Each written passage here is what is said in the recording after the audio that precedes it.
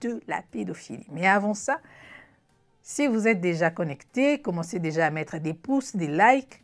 Ça va nous faire énormément plaisir et surtout, ça va aider à garder notre vidéo sur notre chaîne, surtout s'il y a des gens qui sont en train de dislike, de ne pas aimer la vidéo. Alors, si vous mettez beaucoup de pouces, YouTube va laisser notre vidéo tranquille et nous allons continuer avec notre chaîne. Alors, dites-nous, vous nous suivez à partir d'où et quel temps il fait là-bas? Ici, le matin, lorsque je me suis réveillée, pour ceux qui ne savent pas, je suis au Canada, dans la région de Niagara. Lorsque je me suis réveillée le matin, il commençait à neiger, mais maintenant, là, ça s'est arrêté. Donc, je pense que le ciel commence à devenir un peu plus clair. Et bon, ça sera une bonne journée, une belle journée pour faire aussi des courses, pourquoi pas. Donc, c'est un samedi, c'est un week-end, donc on en profite pour faire les courses de la semaine. Les enfants vont à l'école pendant la semaine. Et donc, on profite souvent le samedi et le dimanche pour faire toutes ces courses et pour être prêt pour la nouvelle semaine qui va commencer. Alors, comment vous allez? J'espère que vous allez très bien, ainsi que les membres de vos familles. Et vous-même aussi, je suis sûre que vous vous protégez contre cette pandémie. Vous protégez aussi les autres. Donc, respectez la distanciation et prenez bien soin de vous, comme d'habitude. Voilà, bonjour, bonjour, bonjour encore une fois. Je ne suis pas seule. Aujourd'hui, j'ai Maëlie de Montréal. Bonjour Maëlie. Bonjour Valérie. Comment tu vas? Ah, ça va très bien. Merci. Et toi? Alors, pour ceux qui ne savent pas, Maëlie faisait Caribou Kumeza.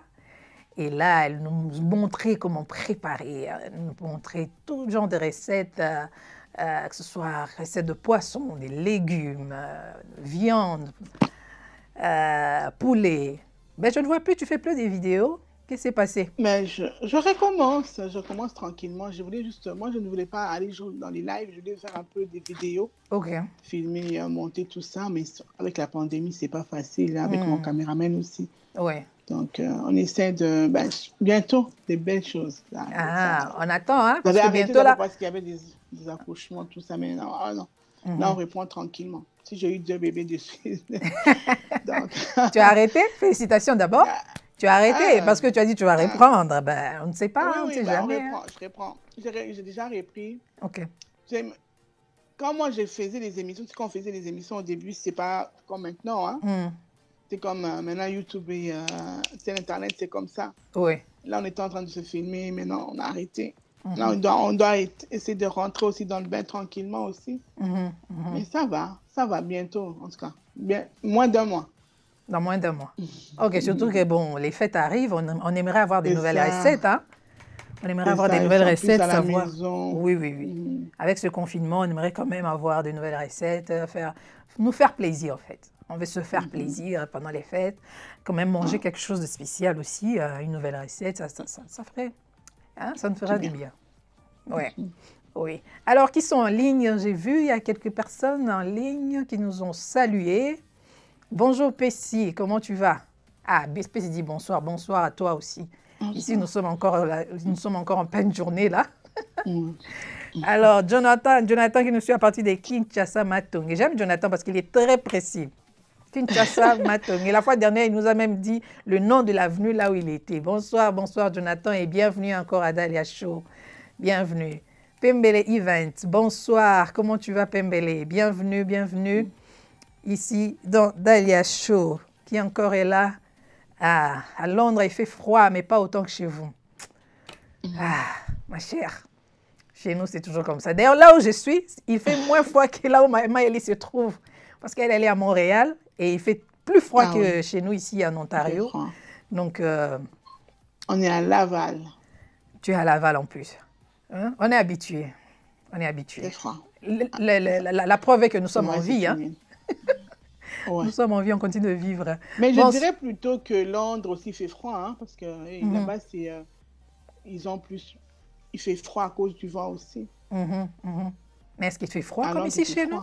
Je pense pas. Ça... Est-ce qu'ils arrivent à moins 30? Mais ici, ici c'est l'extrême. Non, pas ça, mais quand même, c'est froid. Ici, nous arrivons à moins 30, moins 40. Tout ça, mais c'est froid. Ouais. Bonsoir Tatiana Saïd, bonsoir, bonsoir. Je ne t'ai pas vu la fois dernière.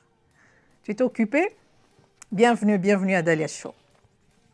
Alors, Maëlie, aujourd'hui on va parler de la pédophilie. Alors, Dahlia Show, nous ici on parle de tout, on discute de tout. On va parler de la pédophilie et surtout nous voulons savoir pourquoi ce phénomène reste toujours un sujet tabou. Pourquoi on a du mal à dénoncer ces gens? Pourquoi on a du mal à en parler? On a toujours tendance, les gens ont tendance à étouffer l'affaire. À ton avis, qu'est-ce que tu penses? Pourquoi? Mais moi, je trouve que c'est partout. Hein. Moi, je ne peux pas parler d'abord parce que la pédophilie, que ce soit dans notre culture, que ce soit ici où on vit au Canada aussi, on n'en parle pas, on essaie de cacher. Mais pourtant, c'est un sujet qui tue. Qui tue les familles, qui tue les amis aussi, tout ça. Mais on devait en parler parce que si on est touché par ça, on voit quelque part qu'on sait que la personne vit dans ça, il faudrait qu'on dénonce les personnes. Mais on ne peut pas, malheureusement. Je ne sais pas si c'est dû à quoi, mais c'est partout. C'est comme ça. Ça reste tabou. Mais pourquoi ça reste tabou? On peut en parler un, deux.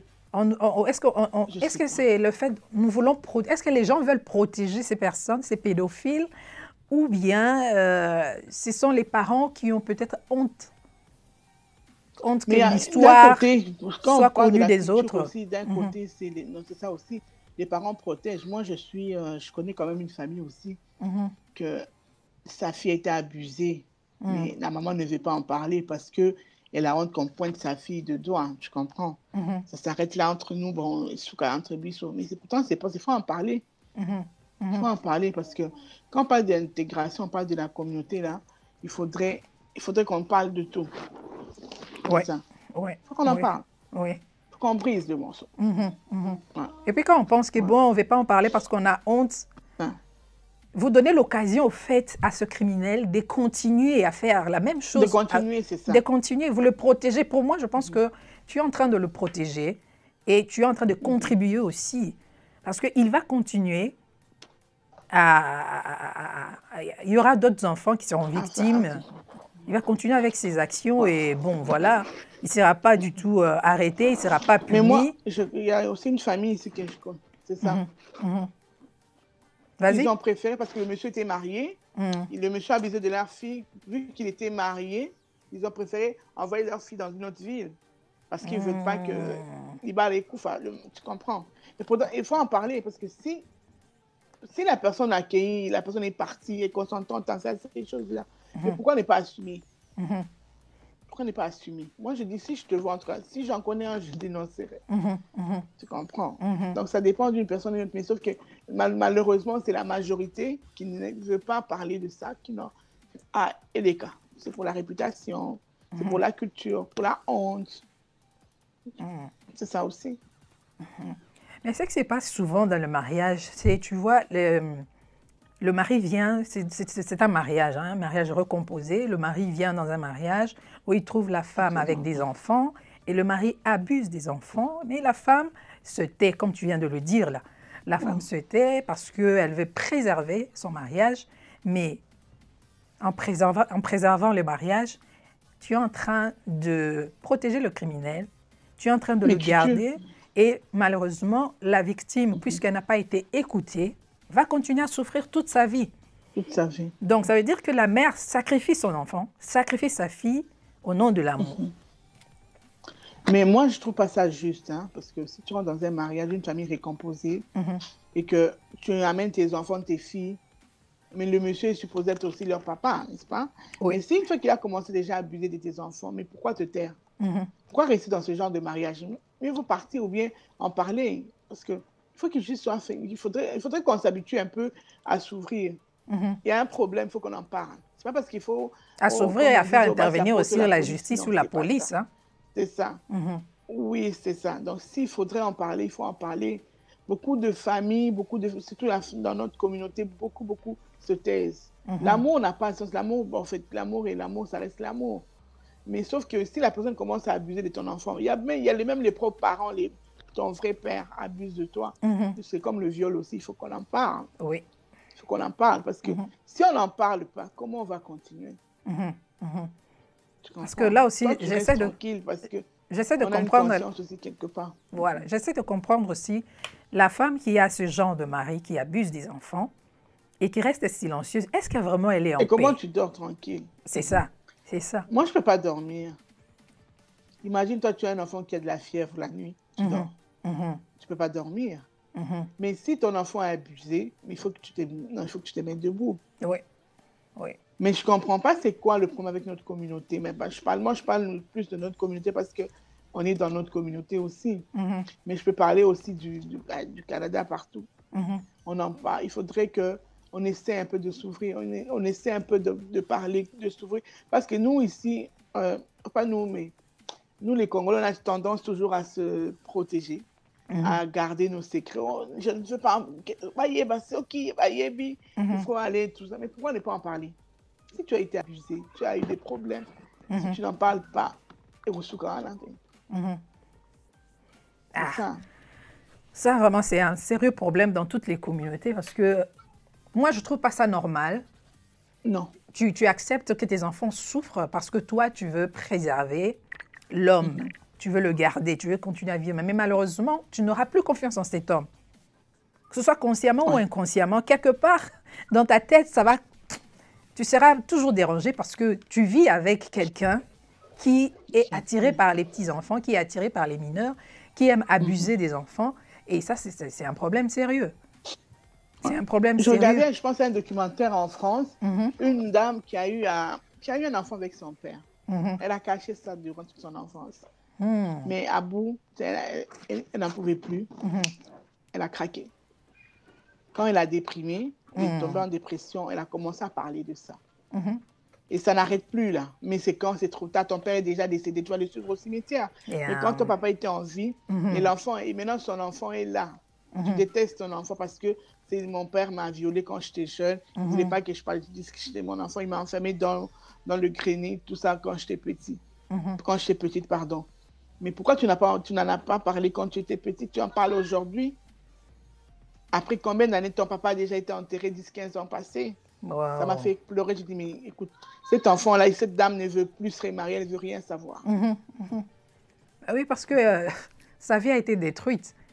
Et je pense aussi, nous devons apprendre à nos enfants à parler. On doit leur apprendre à parler, à s'exprimer. Quand il y a quelque chose qui ne va pas dans la maison ou à l'extérieur, les enfants doivent parler.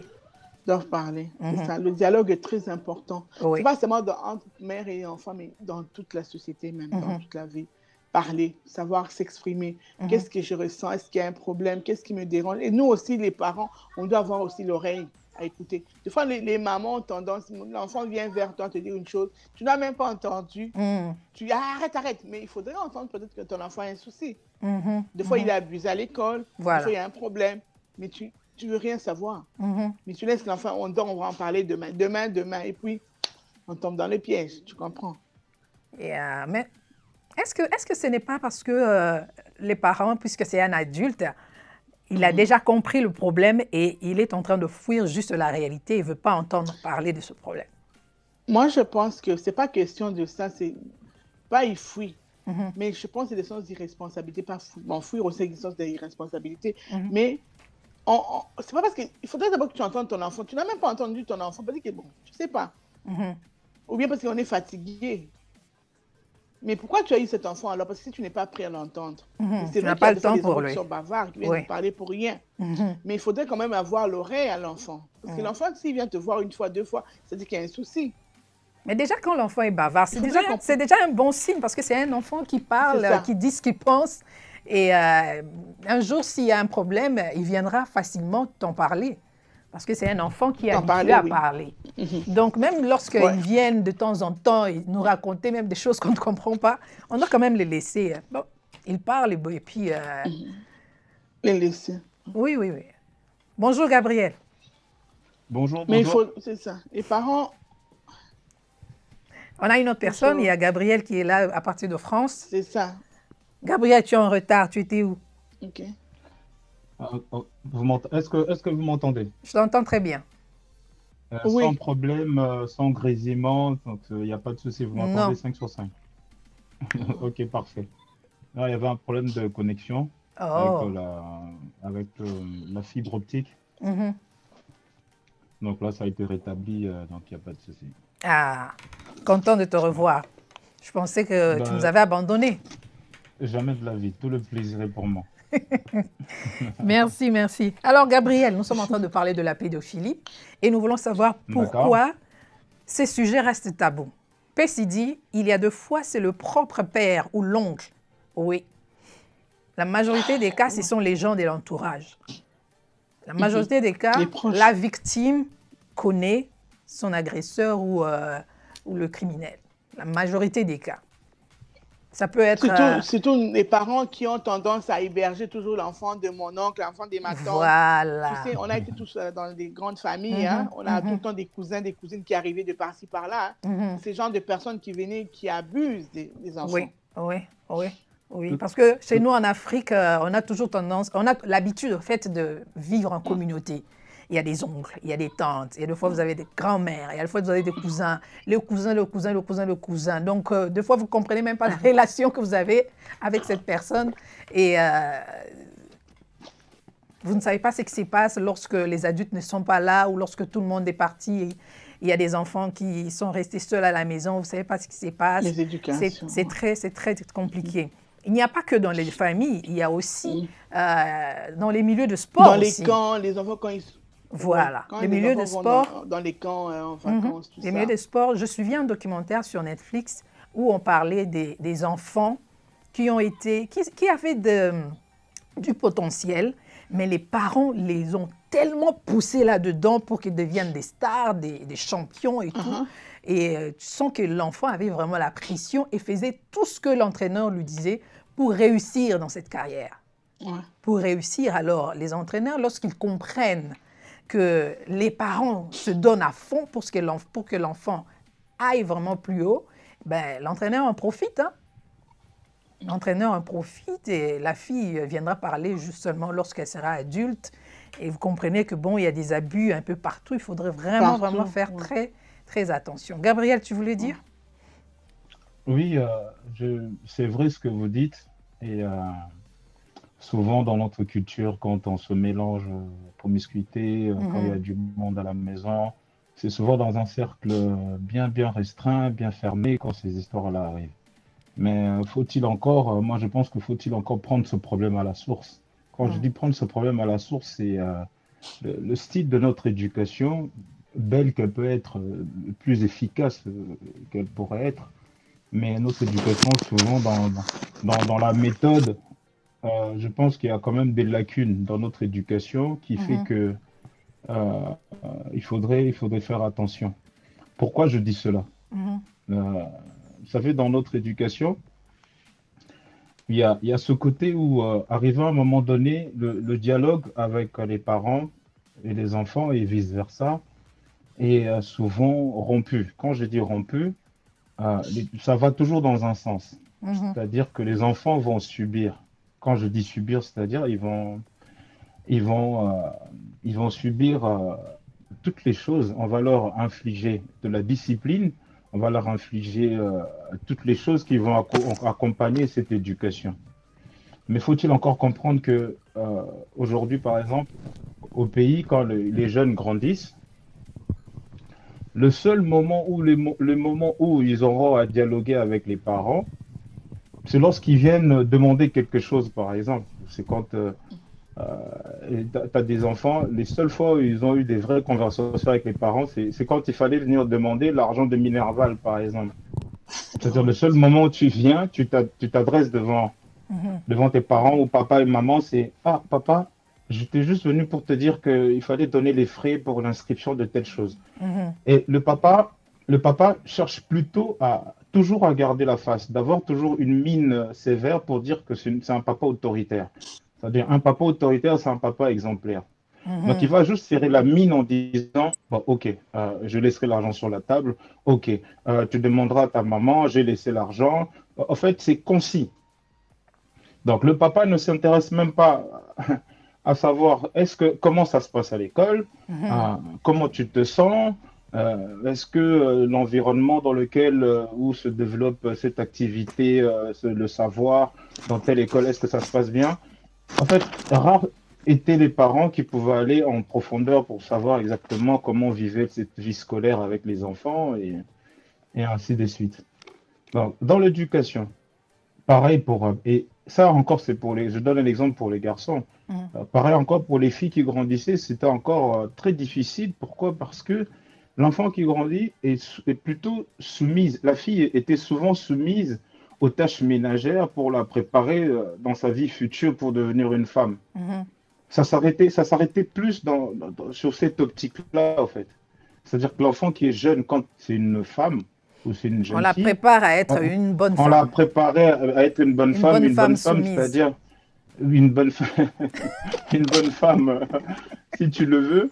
Donc, c'est une femme qui sera capable de pouvoir exécuter, de faire des mets qui vont servir à son futur mari, que oui, ben, écoute, je vais épouser une femme qui est bien, qui est gentille, qui sait faire à manger. Mhm. Ça s'arrête là. Mhm. Donc, arrivé à un moment donné, souvent dans notre éducation, on a des figures, des figures de membres de la famille qui sont exemplaires. Je donne l'exemple d'un oncle qui vient souvent. C'est souvent un oncle qui a une très bonne réputation, qui vient, qui a une très très bonne étiquette par rapport à sa vie sociale parce Mhm.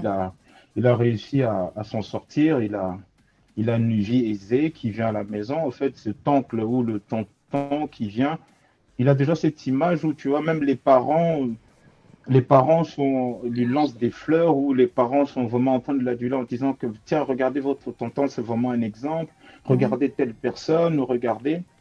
Bref, c'est souvent les gens qui viennent à la maison, c'est la famille, on reçoit. Vous savez, avant, même quand on recevait les gens à la maison, on ne prévenait pas. Il n'y avait pas WhatsApp pour dire Non, on les vient gens chez vous à venaient 18 juste heures. Les à gens venaient à la l'improviste comme maison ça. comme ça, à l'improviste, ils arrivaient, bonjour, Mhm. bonjour, et c'était souvent le dimanche ou après le culte ou Mhm. la messe, où tout le monde venait, où les visites familiales, c'était souvent le dimanche où il y avait du monde. Et Ouais. quand ils venaient en famille. Des fois, vous avez la visite d'une dizaine de personnes, des fois, c'était jamais une ou deux personnes, Non. vous savez. Et quand il y a du monde comme ça, les enfants, quand ils grandissent, ils ont besoin de voir. Ils ont besoin de voir, hein, ils observent. Ils doivent s'identifier à une personne. Ils s'identifient à leurs parents, ils s'identifient à leurs grands frères, Mhm. ils s'identifient à beaucoup de choses. Et même au moment quand on est en train d'éduquer les enfants, il y a un problème, mais il y a un grand défaut dans notre éducation. Elle est très efficace. Mhm. C'est-à-dire que je veux que l'enfant soit poli, je veux que l'enfant soit discipliné vis-à-vis de ses aînés. C'est souvent là. Alors, il euh, faut vraiment être bien précis. Quand on veut donner du respect à ses aînés, c'est en ce moment-là qu'il y a une rupture. C'est-à-dire, quand on donne du respect à ses aînés, on s'éteint, on s'efface, on écoute et on ne réagit pas. Et on ne pense On ne pas, on fait ne que, réfléchit pas. on ne pense, on ne réfléchit pas. Alors, même quand il faut donner la fessée à un enfant, Moi, par je ne exemple, vous pense savez, pas. Oui, j'y mais. arrive. Vous savez, je vais y arriver. Mhm. Même au moment où de donner la fessée, les nombres de punitions, sur les 100% des punitions qui ont été infligées quand on était jeune, eh ben, dites-vous que même dans les 40%, ces punitions n'étaient pas justifiées. C'est-à-dire, même l'enfant, quand tu avais raison et que tu es tort, mais tu avais quand même la fessée. Donc, c'est-à-dire que l'enfant n'avait rien à dire. C'est-à-dire, Mhm. quand le grand frère, quand l'oncle, quand papa arrive, il commence à parler, tu n'as plus le droit Tu as de totalement répondre ou de tort. répliquer. Tu as Donc, tu as directement totalement tort. tort. Yeah. C'est-à-dire un enfant qui est poli, qui est un enfant qui est à la maison, lorsqu'on donne les consignes sont des consignes. On ne discute pas les consignes. Mhm. Donc l'enfant est obligé d'exécuter. Dès l'instant ces choses-là sont appliquées de cette manière-là, c'est-à-dire automatiquement, même l'enfant, il a ce malaise-là, il n'arrive même plus à communiquer parce qu'il sait très bien que papa est colérique. Et quand papa va s'énerver, c'est le fouet qui va parler, eh ben, il n'aura même pas donné des explications. Il va donner des explications, même pendant la fessée, en criant, non, c'était pas moi, c'était en train de crier. Et même le parent ou la personne qui est en train de lui infliger cela, il ne cherche même pas à savoir. Il cherche d'abord à imposer cette punition. Et de cette manière-là, il se dit, bah, c'est comme ça que ça aura plus d'effet. Donc, selon toi, Et tu même penses quand... que c'est parce que c'est à cause d'une grande discipline C'est une méthodologie à laquelle où on est rentré dans Dali, ce c'est pas une piège. discipline, Maintenant, ça. regardez. Et c'est ça qui a Mais rendu les enfants regarde, silencieux. regarde, même pas. Ça c'est une grande ligne. Ça, c'est Mm. une très, très grande ligne déjà, où tu vois, notre éducation fait en sorte que déjà, même vis-à-vis de l'enfant, l'enfant n'a pas un mot à dire. C'est-à-dire, dans notre éducation, en général, dans notre communauté, quand on veut éduquer les enfants, il y a cette rupture-là où, tu vois, il y a le ping-pong où l'enfant réagit, tu arrives à identifier comment ton enfant est. Mhm. Je te donne un exemple, une anecdote. Imagine, un de mes frères va jouer chez le voisin. Et c'était pas seulement chez le voisin, c'était nos cousins. Il s'est avéré que là-bas, il y a eu un autre cousin à nous qui est rentré dans la chambre de leurs parents qui avait volé de l'argent. Je crois que Mm. c'était quand même une grosse somme. Et la somme devait peut-être, allez, à cette époque, c'était entre 400 ou 600 dollars. Donc, ils ont pu subtiliser 600 dollars dans la chambre de cet oncle-là. Donc, une fois que l'oncle est rentré, il a vérifié dans sa mallette, il a vu qu'il manquait de l'argent en comptabilisant, il a vu qu'il manquait 600 dollars. Donc, ils ont demandé aux enfants qui a volé l'argent. Ah, ça commençait un peu à discuter, à nier, tout ça. Ils ont pris tout le monde, ils les ont frappés. Donc, on vous donne un ultimatum. Voilà, dans une heure, s'il n'y a, toujours pas de réponse, si l'argent ne sort pas sur la table, eh ben, on va continuer la fessée. Donc, comme mon frère traînait chez eux pendant cet après-midi-là, qu'est-ce qu'ils ont fait? Ils ont soupçonné aussi mon frère. Donc, ils nous ont appelés et un de mes grands frères l'a récupéré, il lui a donné aussi la fessée. Mais sauf que ce jour-là, la fessée avait duré 72 heures. Mm. Pendant 72 heures, ils étaient en train de frapper mon frère à la maison. Il était en train d'expliquer que ce n'était pas lui. Donc, il a expliqué tous les paramètres comme quoi, en arrivant là-bas, il est juste impossible que moi, je sois même en connivence. Je ne suis au courant de rien et je n'ai pas volé cet argent. Le premier jour, le deuxième jour, on était en train de le frapper dans la salle de bain. On l'a frappé sans comprendre, sans l'écouter Mhm. et sans prendre même en considération que l'enfant était en train de souffrir. Et quand je dis fessé, c'était à base de coups de ceinture, ou, des Oui, branches là-bas, on d'arbres, on le utilisait frappait, on tout, lui a hein. même roué des cornes, les Mhm. claques, les coups, tout ce que vous pouvez vous imaginer. Vous savez, en ce moment-là, même moi j'ai ce souvenir-là, on l'a frappé pendant 72 heures. Arrivé à un moment donné, il a tellement pleuré, il a dit, je vous en supplie, ce n'est pas moi qui ai pris cet argent. Mhm. Mais entre-temps, il a souffert pendant 72 heures et c'est véridique. Donc là, on revient Alors, à ce que Maëlie avait dit, c'est le dialogue. Puisqu'on n'a pas, non puisque seulement le dialogue, nos parents n'ont pas cette habitude d'écouter les enfants et même de leur faire mais c'est confiance. On peut dangereux. écouter et puis faire confiance à l'enfant et savoir que non, ma fille ou mon fils dit la vérité. Et imaginez. Je voulais Et intervenir un imaginez. peu. Oui, Maëlie, vas-y. Oui. C'est ça, Gabriel. Je suis en train de soucier ce que Gabriel est en train de dire. Mhm. Oui, ça c'était plus notre époque. Les enfants d'aujourd'hui là, mes enfants, moi je suis quelqu'un de très colérique, mais j'ai un de mes fils qui me fait raisonner des fois. Je peux être fâchée, je me fâche là. Qu'est-ce qui s'est passé? Je veux y aller. Il me dit, mais là il me voir, maman, je veux qu'on parle. Je pense que tu es fâchée. Je vais revenir plus tard. Oh, là, je dis, OK. Il s'en va, hein? Il a 11 ans. Il s'en va, il revient après. Il vient te voir. Maman, est-ce que tu es toujours fâchée? Là, même si tu étais fâchée à quel niveau, là, tu dois l'entendre. Mais là, ton enfant, tu vis avec ton enfant ici au Canada. Oui. Non, je parle de nous. En fait, je voulais juste dire que nous, on est un peu chanceux parce que on est entre ce qu'on a vécu avec nos parents et ce qu'on vit ici. On est entre les milieux. C'est un peu difficile aussi parce que nous, on a vécu sous la dictature des parents. Si papa a dit oui, c'est oui. Papa a dit non, c'est non. Mais des fois, on pouvait en parler, mais c'était très difficile. Le dialogue en Afrique, c'est difficile, il n'y en a pas. Même si on dit que mon papa est le plus cool, peut-être avec les mamans, hein, c'est plus facile. Mais la plupart de nos parents, ils étaient comme, tu y es obligé. Moi, mon papa m'a frappé quand j'étais petite là, parce que je suis juste sortie dehors, pieds nus. Non, dès qu'il est rentré, pourquoi tu es parti? Tu me fais la honte dans le quartier. Je n'ai même pas fini ma phrase là. J'étais au mur. Frappé sérieusement parce que j'ai... Mais papa, laisse-moi moi t'expliquer. Mais quand je me suis retrouvée à l'hôpital, là, il s'est dit, ah, je ne voulais pas de ma fille pour rien à cause du babouche. Et pourtant, ce n'est pas normal. Quelqu'un peut se promener pieds nus, ça ne fait rien. Juste entendre ton enfant. Peut-être moi, je me dis, on est chanceux avec notre génération. Mais je regarde aussi des gens qui sont en Afrique aussi. Ça dépend aussi d'une personne à une autre. Mais il y a d'autres personnes qui sont ouvertes. Hein? Par exemple, il y a des jeunes aujourd'hui qui écoutent un peu leurs enfants avant de prendre une décision, avant de les accompagner. Moi, je veux dire, laisser les enfants aussi prendre, admettons, tu sais, quand on finit notre humanité, il faut faire un choix pour aller soit au Banda, troisième des humanités. Quand on finit le secondaire, c'est ça, hein? Troisième, il faut faire le choix de cours. Ah, c'était comme ton papa ou bien ta maman qui décide qu'est-ce que tu faisais. Mais aujourd'hui, là, quand je suis partie en Afrique, là, je pense que c'est en 2019, j'ai entendu mon frère discuter avec son enfant. Qu'est-ce que tu vas faire quand tu vas être grand? Tu vas faire quelle option? Je dis, waouh, ça a changé. Oui, là, ce sont les parents qui ont compris que ce que nos pères avaient fait n'était pas du tout bon et ça avait des conséquences néfastes. Oui. Ouais. C'est ça, parce que moi, j'ai fait une option que je ne voulais pas faire à cause de mon père. Lui, dans sa tête, il se disait que si je fais ça là, je veux le remplacer dans ses affaires. Et pourtant, c'est pas ça. J'ai fait ça parce que pour faire plaisir à papa, parce qu'il voulait ça. Donc, j'ai dit, OK, je vais y aller. Donc, si on revient... J'ai eu mon diplôme. Si on revient à notre sujet... J'ai eu mon diplôme pour papa. Ah, c'est ça. C'est le dialogue, ma chérie. Si on revient à notre sujet, que je comprends, c'est que toi, tu as dit, c'est que Gabriel a dit, ça veut dire que les enfants, même lorsqu'ils sont molestés, lorsqu'ils sont abusés, ils ont peur parce que personne ne va les écouter.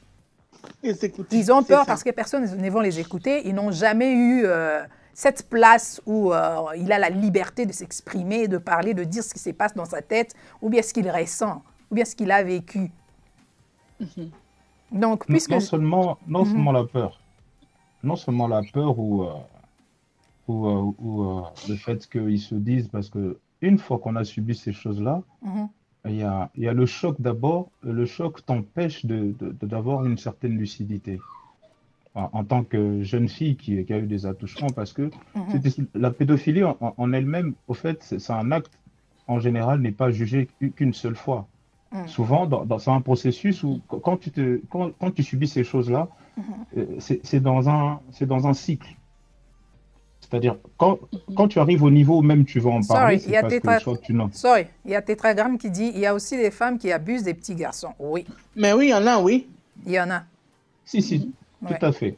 Donc, quand tu arrives, en général, quand ça se fait dans un milieu restreint, c'est jamais une seule fois. Donc, c'est tellement en répétition qu'arrive à un moment donné où tu commences peut-être à trouver ça normal.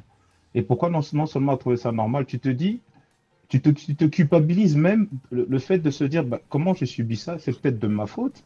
Je n'aurais pas dû m'habiller comme ça. Est-ce que j'aurais dû avoir telle posture, mais comment il est attiré par moi alors que c'est juste impossible.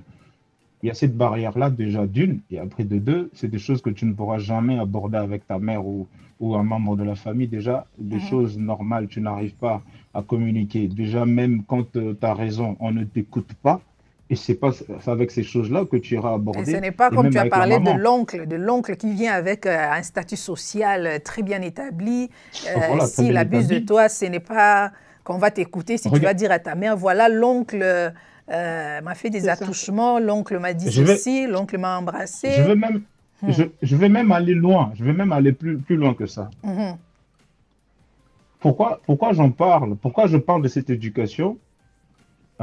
Parce que non seulement ça, dans notre communauté, pour ne pas dire que chez les Congolais, chez les Maliens,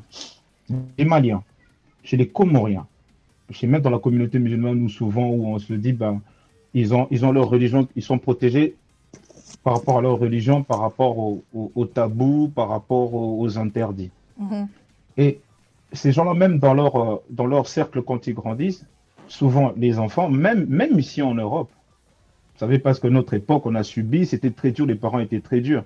Mais il y a des gens qui ont gardé leur culture, même ici en Europe ou en Occident. Ils ont tellement gardé leur culture parce qu'ils ne veulent pas que ces enfants deviennent un peu comme cette culture occidentale où il y a un laisser-aller, où même les enfants commencent à crier sur les parents. Donc, ils se disent, on va se protéger, on ne va pas faire comme comme les petits blancs qui sont là un peu évadés, même on le voit à l'école, ou comment il répond à sa maman et tout. Ah, c'est juste incroyable de voir ces genres de comportements. Et en voulant s'imposer, par moment, quand ça coupe le dialogue, alors ne vous étonnez pas que non, mais j'étais là, je ne comprends pas, j'étais tout donné, qu'est-ce qui ne va pas?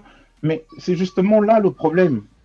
Dans notre éducation, ça c'est vraiment en termes général, dans notre éducation, c'était très bien de subir toutes ces choses-là, de se protéger parce que ça nous a permis d'être disciplinés, d'être bien.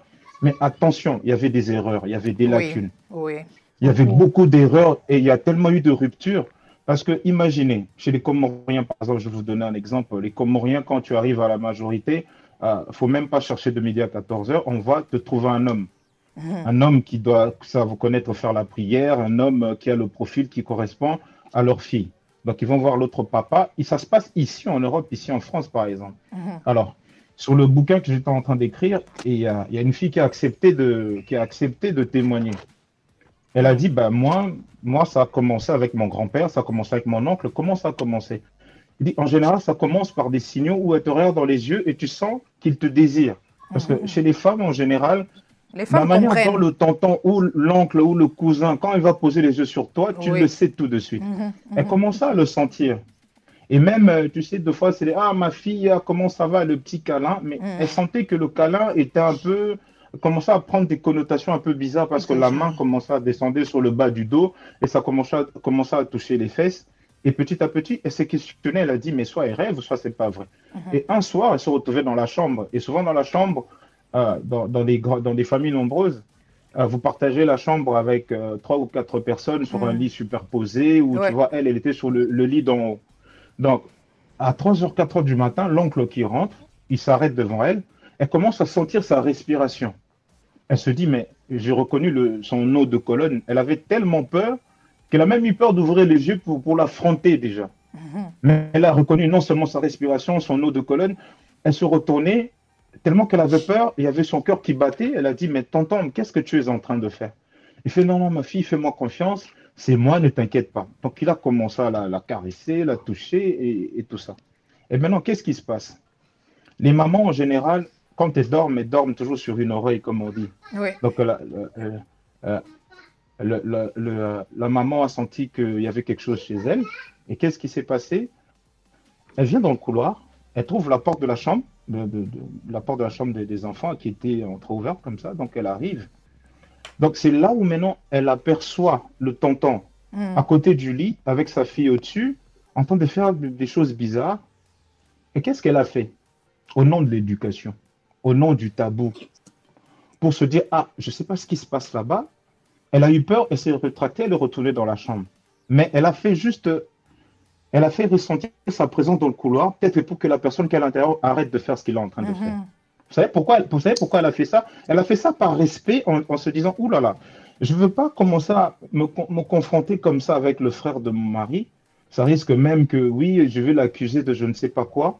Ça sera lui contre moi, sa parole contre moi. Et comme je suis une femme, dans notre éducation, je dois m'effacer. Il faut que je baisse les chines pour qu'on ne dise pas que ah, moi, c'est ma baie, ceci, cela. Donc, là, c'est le problème, c'est le début du problème. Le début du problème. Déjà, la mère est dans une position, elle est dans une mauvaise position où elle ne sera pas écoutée. Et sa fille aussi est en train de suivre ce chemin. Oui. Et maintenant, quand la fille, ça l'a traumatisée une fois, la deuxième fois, le monsieur est allé encore plus loin. Il a dit, bah, viens, on ira faire les courses et voilà, tout ça. Donc, ils arrivent à un endroit où c'était calme, dans une petite forêt. Le tonton, il s'est garé. Donc, il a commencé à la toucher. Elle a dit que je ne peux pas. Mais le tonton a tellement insisté. Après, moi, je suis allé encore plus loin. Je lui ai dit, mais dans ce cas de figure, comment tu te sentais? Qu'est-ce qui s'est passé dans ta tête? Pourquoi tu n'as pas crié? Pourquoi tu t'es pas défendu? Elle m'a dit, quand je le voyais, c'est comme si il représentait toute la famille. Et que quelque part, quand elle le faisait, il avait le droit de le faire parce que, vous savez, les aînés, ils ont toujours un droit. Vous voyez à quel point l'éducation, où on n'arrête pas de vous matraquer que vous devez faire ce qu'on vous demande, ça peut aller même très très loin, tu n'as pas un mot à dire. Voilà. Si dans notre éducation, on avait l'habitude que non, oui, il faut que l'enfant écoute l'enfant, il y a une partie où on se dit, bon, là maintenant, on doit écouter les enfants. Non, Ça n'existait pas. Et quand elle a commencé à comprendre qu'il avait le droit, elle s'est laissée aller. Elle s'est laissée aller une fois, elle s'est laissée aller deux fois, elle s'est laissée aller trois fois. Au bout de la quatrième fois, elle se dit que non, c'était son devoir d'assouvir le besoin de son tonton, de l'oncle. Elle a dit qu'elle avait, elle en parlait pas. Et maintenant, regardez à quel point ça a duré à peu près 10 ans et 15 ans. Jusqu'à ce qu'aujourd'hui, quand je parlais avec elle, moi je lui dis le fait même d'en parler, c'était un poids en moins. Le fait que c'était un poids en moins, regardez à quel point même ce traumatisme-là l'a suivi même dans son couple ou même dans son rapport avec le sexe. Elle avait plus des codes et tout était erroné. Elle se dit elle m'a dit ceci. Et je suis toujours dans le témoignage dans mon bouquin, elle m'a dit ceci. Qu'arrivé à un moment donné, même quand tu commences à grandir, le corps de la femme commence même à réagir. On est toujours sous pédophilie, hein, s'il vous plaît. Et même ton corps commence à réagir. Et le tonton, ils sont tellement vicieux parce qu'ils connaissent le corps de la femme. Ils savent comment donner du plaisir à une femme. Et maintenant, quand tu es une jeune fille, tu commences à subir des attouchements, même ton corps commence à réagir. Parce que quand ton corps commence à réagir à ces choses-là, c'est-à-dire c'est même ton identité qui est totalement brouillée. Tu ne sais plus ce que c'est l'attouchement et l'interdit et ce qu'on appelle les réactions épidermiques que tu peux avoir vis-à-vis de ce qu'on est en train de te faire. Donc, dans son corps, elle a joui plusieurs fois, mais c'était pas avec son partenaire consentant, tous les deux, mais sauf que c'était avec un membre de la famille, avec, vous savez, le réflexe de l'inceste dans ton corps. Il faut que ça peut faire des blocages. Oui. Mais elle a subi toutes ces choses-là. Et même aujourd'hui, quand il est en couple, elle a des pulsions que parfois elle ne contrôle pas. Je dis, mais comment ça tu ne contrôles pas? C'est-à-dire que même au-delà de ça, elle a des traumatismes, dire que... Donc tout a été bouleversé en elle. Tout a été bouleversé. C'est-à-dire qu'elle n'a même pas le droit de refuser les avances d'un homme. Même si c'est un homme en dehors de son couple, quand elle a des avances, elle se dit, ah ben, j'ai pas le droit de dire non. Parce que même quand j'étais jeune, mon oncle ou les autres cousins, et c'était pas seulement son oncle, c'était son cousin, et elle a accepté ces choses-là. Mais elle a accepté ces choses-là par peur, parce qu'elle n'avait pas le droit de répondre, de répliquer, de dire quoi que ce soit. Et par rapport à quoi c'est comme ça? C'est parce que dans notre éducation, souvent, on empêche les enfants de parler. Non seulement on t'empêche, mais on ne t'écoute pas. C'est-à-dire que ton avis ne compte pas. C'est-à-dire même les enfants qui grandissent. Et la plupart des jeunes que j'ai interviewés en ce qui concernait ce sujet-là, qui a pris une centaine de pages, je vous promets, pour dénoncer ces actes-là de pédophilie chez les jeunes filles, je peux vous promettre que c'est tellement difficile de faire. Même chez les jeunes garçons, le traumatisme est plutôt d'un autre impact. Parce que lorsqu'un garçon subit ces genres d'attouchements, il se dit qu'on l'aide à devenir un homme. Parce que même un enfant, tout seul quand tu es un garçon, tu cherches à découvrir ton corps, tu commences à toucher tes parties ça dépend de la façon dont la personne reçoit. Ça dépend de la personne. Quoi qu'il arrive, l'acte en lui-même est condamné. Maintenant, là, aujourd'hui, quand on dit pourquoi c'est un tabou, c'est déjà un tabou parce que déjà dans notre culture, il n'y a pas cette politique de communication, on peut écouter l'enfant. C'est ça où se trouve le danger. Donc aujourd'hui, la fille de le garçon de notre sœur ou la fille qui avait 11 ans, qui arrive à communiquer avec notre sœur, si elle arrive à communiquer avec sa maman, c'est parce que déjà dans son environnement, la maman a fait en sorte qu'il faut écouter les enfants. Elle était déjà attentive. Le fait qu'elle était attentive, ça pousse l'enfant à communiquer. Ça, c'est déjà un fait. Et puis ici au Canada, même dans les écoles, on encourage les enfants à parler. Parce que lorsqu'un enfant a même un problème, on lui amène un psychologue. Parce qu'ici aussi... il y a tout un système pour écouter l'enfant. Oui, Maëlie? Non, parce que je voulais dire aussi que ici au Canada, aussi, c'est, tu sais, parce que comme ils ont aussi vécu ce genre de pédophilie ici, beaucoup. Quand tu entends parler, tu sais, il y a eu les mouvements des scouts, les mouvements des jeunes amis, des grands amis qui ont beaucoup abusé des enfants. Alors, c'est que fait que à l'école, c'est obligatoire. Quand tu as un problème, ils vont te faire passer par TS, par-ci, par-là, pour que tu puisses écouter. Il y a eu vraiment, ils vont te faire travailler. Ils vont beaucoup, beaucoup travailler. Les enfants ici, on leur dit, il faut que tu en parles. Même si c'est un petit truc, il va venir avec un petit bouton, il faut qu'il sache d'où vient le bouton là. Tu comprends? Les enfants sont encouragés et nous, les parents aussi. Nous, maintenant à la maison, nous devons continuer ce travail, puisque la culture, déjà, la mentalité, aide déjà à libérer, au fait, les enfants à être comment on appelle ça? Extravertis. Ça encourage les enfants à parler, à dire ce qu'ils pensent. Oui. C'est déjà ça. Et puis, les parents doivent juste pas prendre la relève, continuer le travail à la maison. Aussi, tu sais, avec la technologie d'aujourd'hui, les enfants sont tout le temps dans les jeux. Il faut tout le temps créer un moment de dialogue, soit créer un dîner, un souper avec les enfants. À un moment, juste de la journée, ramasser son jeune ou bien son enfant. Viens ici, parle-moi de ta journée. Qu'est-ce qui s'est passé? Il faudrait essayer de voir un peu, même s'il y a un petit bouton. Moi, mon fils là, lui, un petit bouton, il va tout te dire. Maman, j'ai un petit bouton là. Il ne se cache pas, il en parle. Dans lui, là, tu ne peux pas aller loin avec lui parce qu'il va te dire non, non, tu n'as pas le droit de me faire ça. Parce que, non, non, et tu dois l'écouter aussi. C'est déjà bien, c'est déjà bien. C'est ça, parce que moi aussi, j'aime ça aussi, écouter les enfants. J'aime beaucoup, beaucoup écouter. Parce qu'on ne sait pas, on entend parler des histoires, beaucoup, beaucoup d'histoires. Donc, non, telle personne a fait ça. On a eu beaucoup, beaucoup, beaucoup de fois, même la personne que tu vas chercher pour venir t'aider, la personne va abuser de ton enfant. Oui. Tu peux faire confiance à une autre personne. Tu sais, on a vécu dans des familles où il y a beaucoup de gens qui venaient à la maison, il y a des choses qui sont passées. Donc, on a beaucoup de vécus aussi qui font que avoir son enfant, prendre soin, écouter, dialoguer, c'est très important. Pas seulement pour les enfants, mais pour les parents aussi. Parce que s'il n'y a pas de... Entre papa et maman, il n'y a pas de dialogue. Comment vous allez écouter les enfants? Oui, oui. Si tu es tout le temps sur la rébellion, papa... L'exemple vient d'en haut. Oui.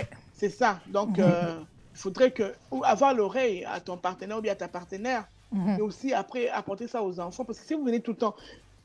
Parce qu'ici, là, c'est le travail. On est au travail, à l'école ou quoi que ce soit. Mais si vous n'avez pas même une minute là pour parler, c'est fini, vous perdez tout ici, là. Oui. Après, vous allez voir vos enfants mettre des talents. Vous allez dire, oh non, je n'étais pas à la maison, j'ai tout perdu. Ou bien tu te rends compte que ton enfant n'a plus 2 ans, il a 10 ans. Tu te dis, mais quand est-ce que mon enfant a grandi? Il faut beaucoup, beaucoup dialoguer avec les enfants. Beaucoup écouter, pardon. Dialoguer aussi entre nous. Tu sais, c'est très important. Et savoir dire aux enfants, dire merci, pardon. Il ne faut pas juste dire à l'enfant que l'adulte a toujours raison. Non, non, l'adulte peut avoir, mais sauf que l'enfant doit savoir comment parler à l'adulte. Si l'adulte n'a pas raison, l'enfant aussi a le droit de parler, de s'exprimer. Et aussi, parce que mais vous savez, sans pour autant vous couper, mais nos mamans aussi, là, nos mamans ici, même ici en Europe, nos tantines, nos sœurs, à un moment donné aussi, il faut... non seulement écouter, tu as même ton enfant ou ta fille qui est en train de te dire maman je t'aime, tu le regardes de travers en disant et tout mais imaginez déjà, il se dit mais déjà la maman elle est... comme le mien, il te dit je t'aime, il vient te coller, t'as même pas besoin de lui dire. Mais qui va faire ça avec tantine Mireille ici à Montpellier ou tantine je ne sais pas quoi. Au fait, même le fait d'être, c'est même pas une question de sensibilité, c'est même une question d'être réceptive. Par rapport aux mamans, pour être réceptive, c'est le fait de partager ce moment d'affection déjà, c'est déjà un lien. C'est ça qui déclenche déjà la facilité pour que l'enfant vienne s'exprimer.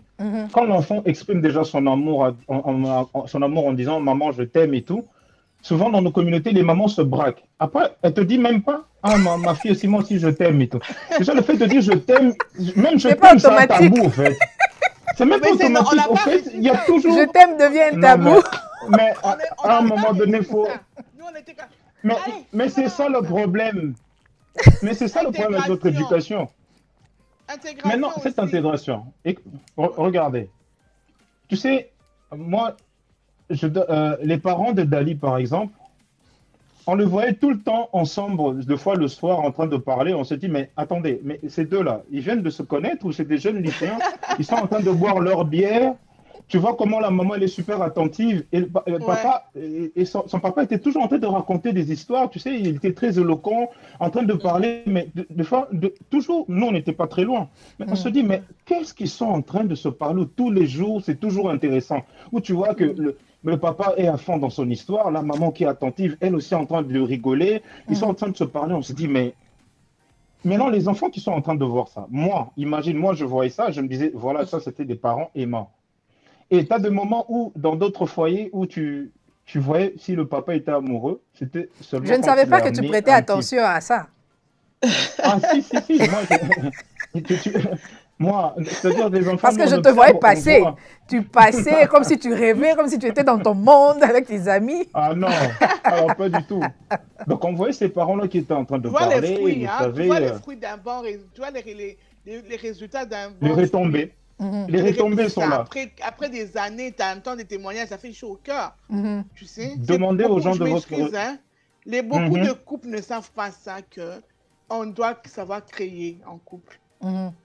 C'est pas seulement sortir samedi, autre qui fête. Non! Voilà. Des choses à la Il y a des maison. gens qui aiment vivre leur vie de couple en présence des gens en public. Mais à la maison, les enfants ne voient pas ça. Sur Facebook, Chacun est dans son coin. Mais moi, je donne une grande responsabilité aux parents dans ces histoires-là, parce qu'aujourd'hui, si vous avez un enfant qui a subi ces choses-là, moi, en tant que parent, je prendrai cette responsabilité à 80%. Parce que je me dis, mais oh là là, mais comment je n'ai pas été attentif? On n'est jamais attentif à 100%, on le disait la semaine dernière avec le sujet qu'on avait abordé, on n'est jamais attentif à 100%. Donc, il faut toujours privilégier ce côté-là, le dialogue, et même le fait d'être réceptif. Souvent, les enfants, ils ont besoin de s'exprimer. Mais la maman, elle est souvent au téléphone en train de discuter ce problème de l'ikelemba par-ci, par-là, ou de même la manière dont même Maëlie, avec tu ris, hein? son Toi, tu es mari dans à la- combien de son mari à la l'ikelemba? maison. Même le mari à la Je te maison, jure. ou le côté demander aux gens de notre génération, de votre génération, demander à ces personnes-là, les moments où Les ils ont enfants vu ne leurs parents être dorment amoureux, matin. Ma boque est calenda. mais c'est ça. Je suis d'accord, papa. Je suis d'accord avec Donc vous. imaginez un peu, Moi- imagine même en arrière, même dans notre génération, où souvent, où tu voyais dans d'autres familles, au moment où ça devenait, où tu sentais que le papa était romantique, c'était seulement quand le papa ramenait un présent, ou genre, il ramenait quelques wax Non, à la non, maman. papa avait Tiens, trompé. Quand la papa. maman vient Papa a d'accoucher. attrapé papa. Voilà, de tromper ou Allez. accoucher. Et, non, et même quand il ramenait le cadeau, c'était même pas, il arrivait, il te donnait avec les yeux doux. Des fois, il arrivait, il le posait là, tiens, ça c'est pour toi. Ils sont Attendez, là. non seulement ça, les rapports même affectueux entre papa et maman, c'est ça déjà qui va déclencher le fait que, ah bah tiens, regarde, ils s'aiment, eux, ils dialoguent, ils arrivent à Mais ça parler. s'apprend, Eh ben, hein, tout ça. voilà. Non seulement ça s'apprend pas, nous, non seulement ça, on a mis des anti-romantismes avec nos sœurs. Voilà, voilà. Il y a des anti-romantismes. Dès que ça commence à devenir romantique, c'est déjà même le visage, même Mal avec l'état ses faiblesses, physiologique, Nanga. Hein. voilà, même l'état physiologique devient déjà crispé. Mais attendez, on est dans cet environnement-là. Et après, tu espères que les enfants viennent s'exprimer. Eux-mêmes déjà, entre eux, avec ce qui se passe dans la maison, chez eux, ils ont du mal à identifier les bonnes choses. Les raisons pour lesquelles, maintenant, quand ils se retrouvent avec des cas d'attouchement, de pédophilie, vous savez, il y a des pédophilies où même l'acte n'est pas encore consommé, mais dès l'instant, déjà, tu commences à regarder l'enfant d'une manière un peu qui sort du contexte, ça devient... Il y a des gens, ça commence avec les Vous fantasmes. savez, les fantasmes et tout, et après, ce que tu commences à lancer comme signaux par rapport à ta proie, parce que c'est des victimes, les signaux que tu lui envoies. Et imagine un enfant qui commence déjà, une jeune fille qui commence déjà à avoir ces signaux-là. Si elle avait l'habitude de parler avec sa maman, qu'est-ce qu'elle va faire? Elle va voir la maman. Elle fait, maman, tu sais que tonton m'avait regardé bizarrement, mais maman, je comprends pas. Même la dernière fois, quand il m'a fait un câlin, j'ai vu que la main dépassait. Maman, regarde, maman, ceci, cela. Mais tu On sais, a il y a vu certains des mamans. enfants qui ne vont pas te dire tous ces détails. Il va juste te dire, je n'aime pas ce tonton. Voilà. Je n'aime Merci. pas ce tonton. Je n'aime pas le voir chez nous à la maison. Mais il faudrait pousser. Il faudrait Oui, maintenant oui, à je toi, n'aime pas. parent, d'être sage pousser. et de l'appeler. Dis-moi pourquoi tu n'aimes pas. Pourquoi tu n'aimes pas cette personne. Et là, tu vas voir, l'enfant va s'ouvrir. Parce que généralement, l'enfant ne vient pas directement dire, ah, il a fait ça, il a fait ça. Mais il va te dire, Gabriel, comme tu as dit, des signaux. L'enfant aussi a des signaux qu'il va utiliser ou bien des signaux déclenchants. Et il viendra te dire par ses codes que non, je n'aime pas ce tonton, je n'aime pas cette tantine. Yeah. même est-il encore, même si l'enfant vient te parler que je n'aime pas ce tonton-là, et pourquoi il s'arrête au niveau de l'alerte en disant je n'aime pas ce tonton? Parce qu'elle se dit, ah, ça c'est un truc que je ne peux pas aborder avec ma mère, parce que déjà ma mère, dans ce genre de choses, elle ne l'aborde pas avec moi, elle ne le fait pas avec moi. Et pourquoi? Parce qu'elle se dit, je suis une maman, je dois me respecter moi-même, parce que l'image même ou le symbole ou même l'identité du respect fait en sorte qu'il ne faudrait pas discuter ces choses-là avec son enfant. Comme vous dites, c'est ça, Bah, sujet tabou, il y a trop de sujets tabous avec notre mais culture. pourquoi cela? Trop. Parce qu'un enfant ou une fille qui vient te dire ce que Dali vient te dire là, je n'aime pas ce tonton-là. D'accord. Tu n'aimes pas ce tonton-là parce que tu n'aimes pas sa tête, ou parce que sa tête ne passe pas, ou tu n'aimes pas ce tonton, ou parce qu'il y a quelque chose. En tant que parent, en tant que maman, quand on rapporte quelque chose Il faut comme chercher ça, à décortiquer. la manière, non seulement à décortiquer, tu sais très bien tout de suite qu'il y a quelque chose de négatif là-dedans. Et même l'enfant cherche à protéger la maman et protéger le tonton parce que ça va barder. Puis il va se dire, bah tiens, je risque de créer une situation, ça va tomber sur ma tête. Pourquoi elle doit se dire ça va tomber sur ma tête? Parce qu'elle a peur de se faire gronder. Elle a peur d'être punie. À cause de quoi? À cause de quoi? À cause toujours de notre éducation sévère là. C'est-à-dire même le colon. Le colon, quand il a compris que pour ça fonctionner ces gens-là, il fallait qu'il nous frappe, qu'il nous fasse comprendre que non, voilà, tu en te frappes et tu fermes ta gueule. On va te frapper et tu vas subir la punition ou le fouet et tu n'as pas le droit de répondre. Mais sauf que nous, l'homme noir, au contraire, quand il a copié, il a mal copié. Il a tellement mal copié. Il a mal copié, il a infligé ça à sa culture, à l'éducation, en disant que on te frappe, non seulement on te frappe et tu subis et tu fermes ta gueule. Et maintenant, le fait de transposer ça sur plusieurs générations, qui aujourd'hui c'est devenu une culture, c'est un mode de fonctionnement. Nous qui sommes ici, vous et nous, on a subi ces choses-là, on n'avait pas le droit de subir cette manière-là d'agir et nos parents, non seulement ils étaient occupés par rapport à leur travail, mais faut-il encore, ils devaient communiquer avec non seulement les enfants, il faut créer. Et aujourd'hui, c'est peut-être facile parce qu'on est en Europe, parce que voilà, retournons bien dans le contexte où avant même qu'on... Non, je dirais aussi, ça dépend d'une personne à une autre. Moi, parce que moi, j'ai eu un père qui était un peu... Bon, non, je ne peux pas cacher, mon père était un peu violent. Et ma mère était très douce de nature. Donc, moi, je me disais, j'avais tellement pitié de ma mère à chaque fois qu'il y avait un truc. Je me dis, ben... Mais moi, aujourd'hui, dans mon couple, je me dis, je vais essayer de enlever un peu, de travailler un peu sur ce qui s'est passé dans le couple de mes parents. C'est ça. Ça dépend d'une personne. On peut copier, on peut voir des autres parents. Je peux donner des exemples. Tout à l'heure, vous avez dit, vous avez vu les parents de Dali, les parents exemplaires. Ça peut être une référence aussi. Moi, je peux me référer à mes parents. Par exemple, je me dis, ah, j'ai vu une tante comme ça. J'ai aimé son couple et je copie. Ça dépend. Je pense que lorsqu'on se trouve en face, lorsqu'on a été élevé, par exemple dans une famille où le père a été violent, ça dépend. Les enfants réagissent toujours de deux façons. Il y a un qui comprend que non, ça c'est mauvais, je ne veux pas le répéter. Mais il y a d'autres qui ne vont pas le comprendre, ils vont penser que bon, c'est le modèle à suivre. C'est le modèle à suivre et il va faire exactement, il va reproduire parce que c'est dans ces milieux où, c'est dans ces genres de milieux où il a été élevé et il a intériorisé ce genre de comportement. Donc pour ce garçon qui se trouve, qui a été élevé par un père violent, il va se dire, ben, la façon de parler ou de communiquer avec sa femme, c'est la violence. Et il y aura un autre... Ça peut avoir un accès, oui, il y a un autre qui va réagir différemment, qui va dire que ce n'est pas bien. Je devais tout faire pour rendre ma femme heureuse, je veux tout faire pour que ma femme soit mon amie.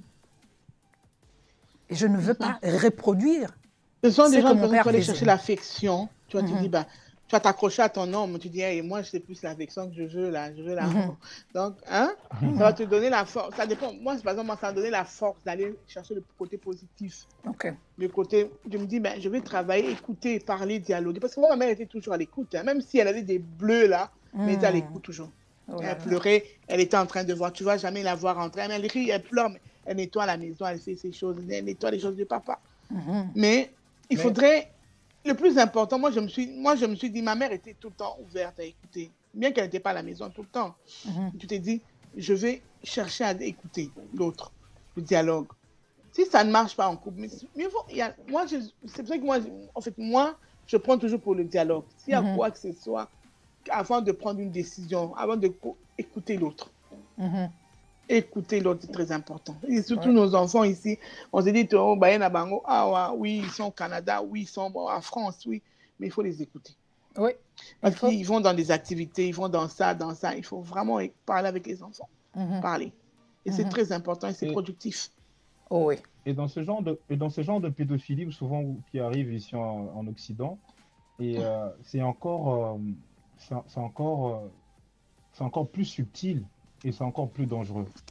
Pourquoi? Parce que les pédophiles, quand ils agissent dans les milieux même sportifs, c'est tellement sournois, ça se passe de manière tellement sourdine que c'est encore plus dangereux. C'est-à-dire qu'ils vont t'emmener à l'acte, mais sans même que toi-même, que tu te rendes compte. Vous savez, même la pédophilie ici en Europe, c'est souvent les enfants eux-mêmes, ils s'y sont livrés. Pourquoi? Parce que la personne, les vrais prédateurs dans la pédophilie, comment ils agissent, ils vont te faire passer tellement des signaux, mais de manière subtile. Ils vont te faire comprendre que c'est tout à fait normal, que toi-même, tu seras livré à l'acte. Il y a eu des témoignages où tu vois les enfants, ils se sont retrouvés dedans, ils se disent, pourquoi ne pas essayer? Parce que la personne l'a bourré avec des clichés pornographiques qui lui a fait comprendre que c'était tout à fait normal. Il lui a peut-être donné plein de cadeaux. Ils se sont retrouvés dans des situations où il s'est mis en confiance. Le fait de mettre en confiance ta proie fait en sorte qu'un jour, quand tu vas passer à l'acte, vous allez passer à l'acte, il y aura tellement une fluidité que vous verrez que dans cette phase-là, c'est toujours l'acte qui est condamné, mais sauf que elle est plus édulcorée. On essaie même de le faire passer comme si c'était tout à fait normal. Raison pour laquelle les personnes qui sont le plus, ici en Europe, après ça on va aller plus loin, les personnes qui sont le plus relaxées, et qui arrivent même à s'évader en prison, ce sont des pédophiles. Vous savez, un jour, en plein travail, il y a un juge, un grand juge ici en Europe et tout. Donc, je les ai accompagnés, toujours dans mon travail, je les ai accompagnés, ils se sont retrouvés dans un cercle. Dans ces cercles, comme ce qui s'est passé en Belgique la dernière fois, ils se sont retrouvés où les diplomates et tous ces gens-là, tout le monde commençait à partir en courant. Dans ce milieu-là, il y avait un juge. Et ce juge-là, vous savez ce qu'il m'a dit? Il a appelé une fille qui était toujours dans ce cercle-là, pendant qu'ils étaient en train de s'amuser dans leur orgie, tout ça. Donc, il a appelé une fille qui était toujours dans ce cercle-là en lui disant, oh, Bernadette, en me disant, vous savez pourquoi j'ai demandé à Bernadette de s'habiller comme ça? Moi, j'ai dit non, je ne sais pas pourquoi vous l'avez demandé de s'habiller comme ça. Comment elle est habillée, Bernadette? Elle a mis une robe de petite fille.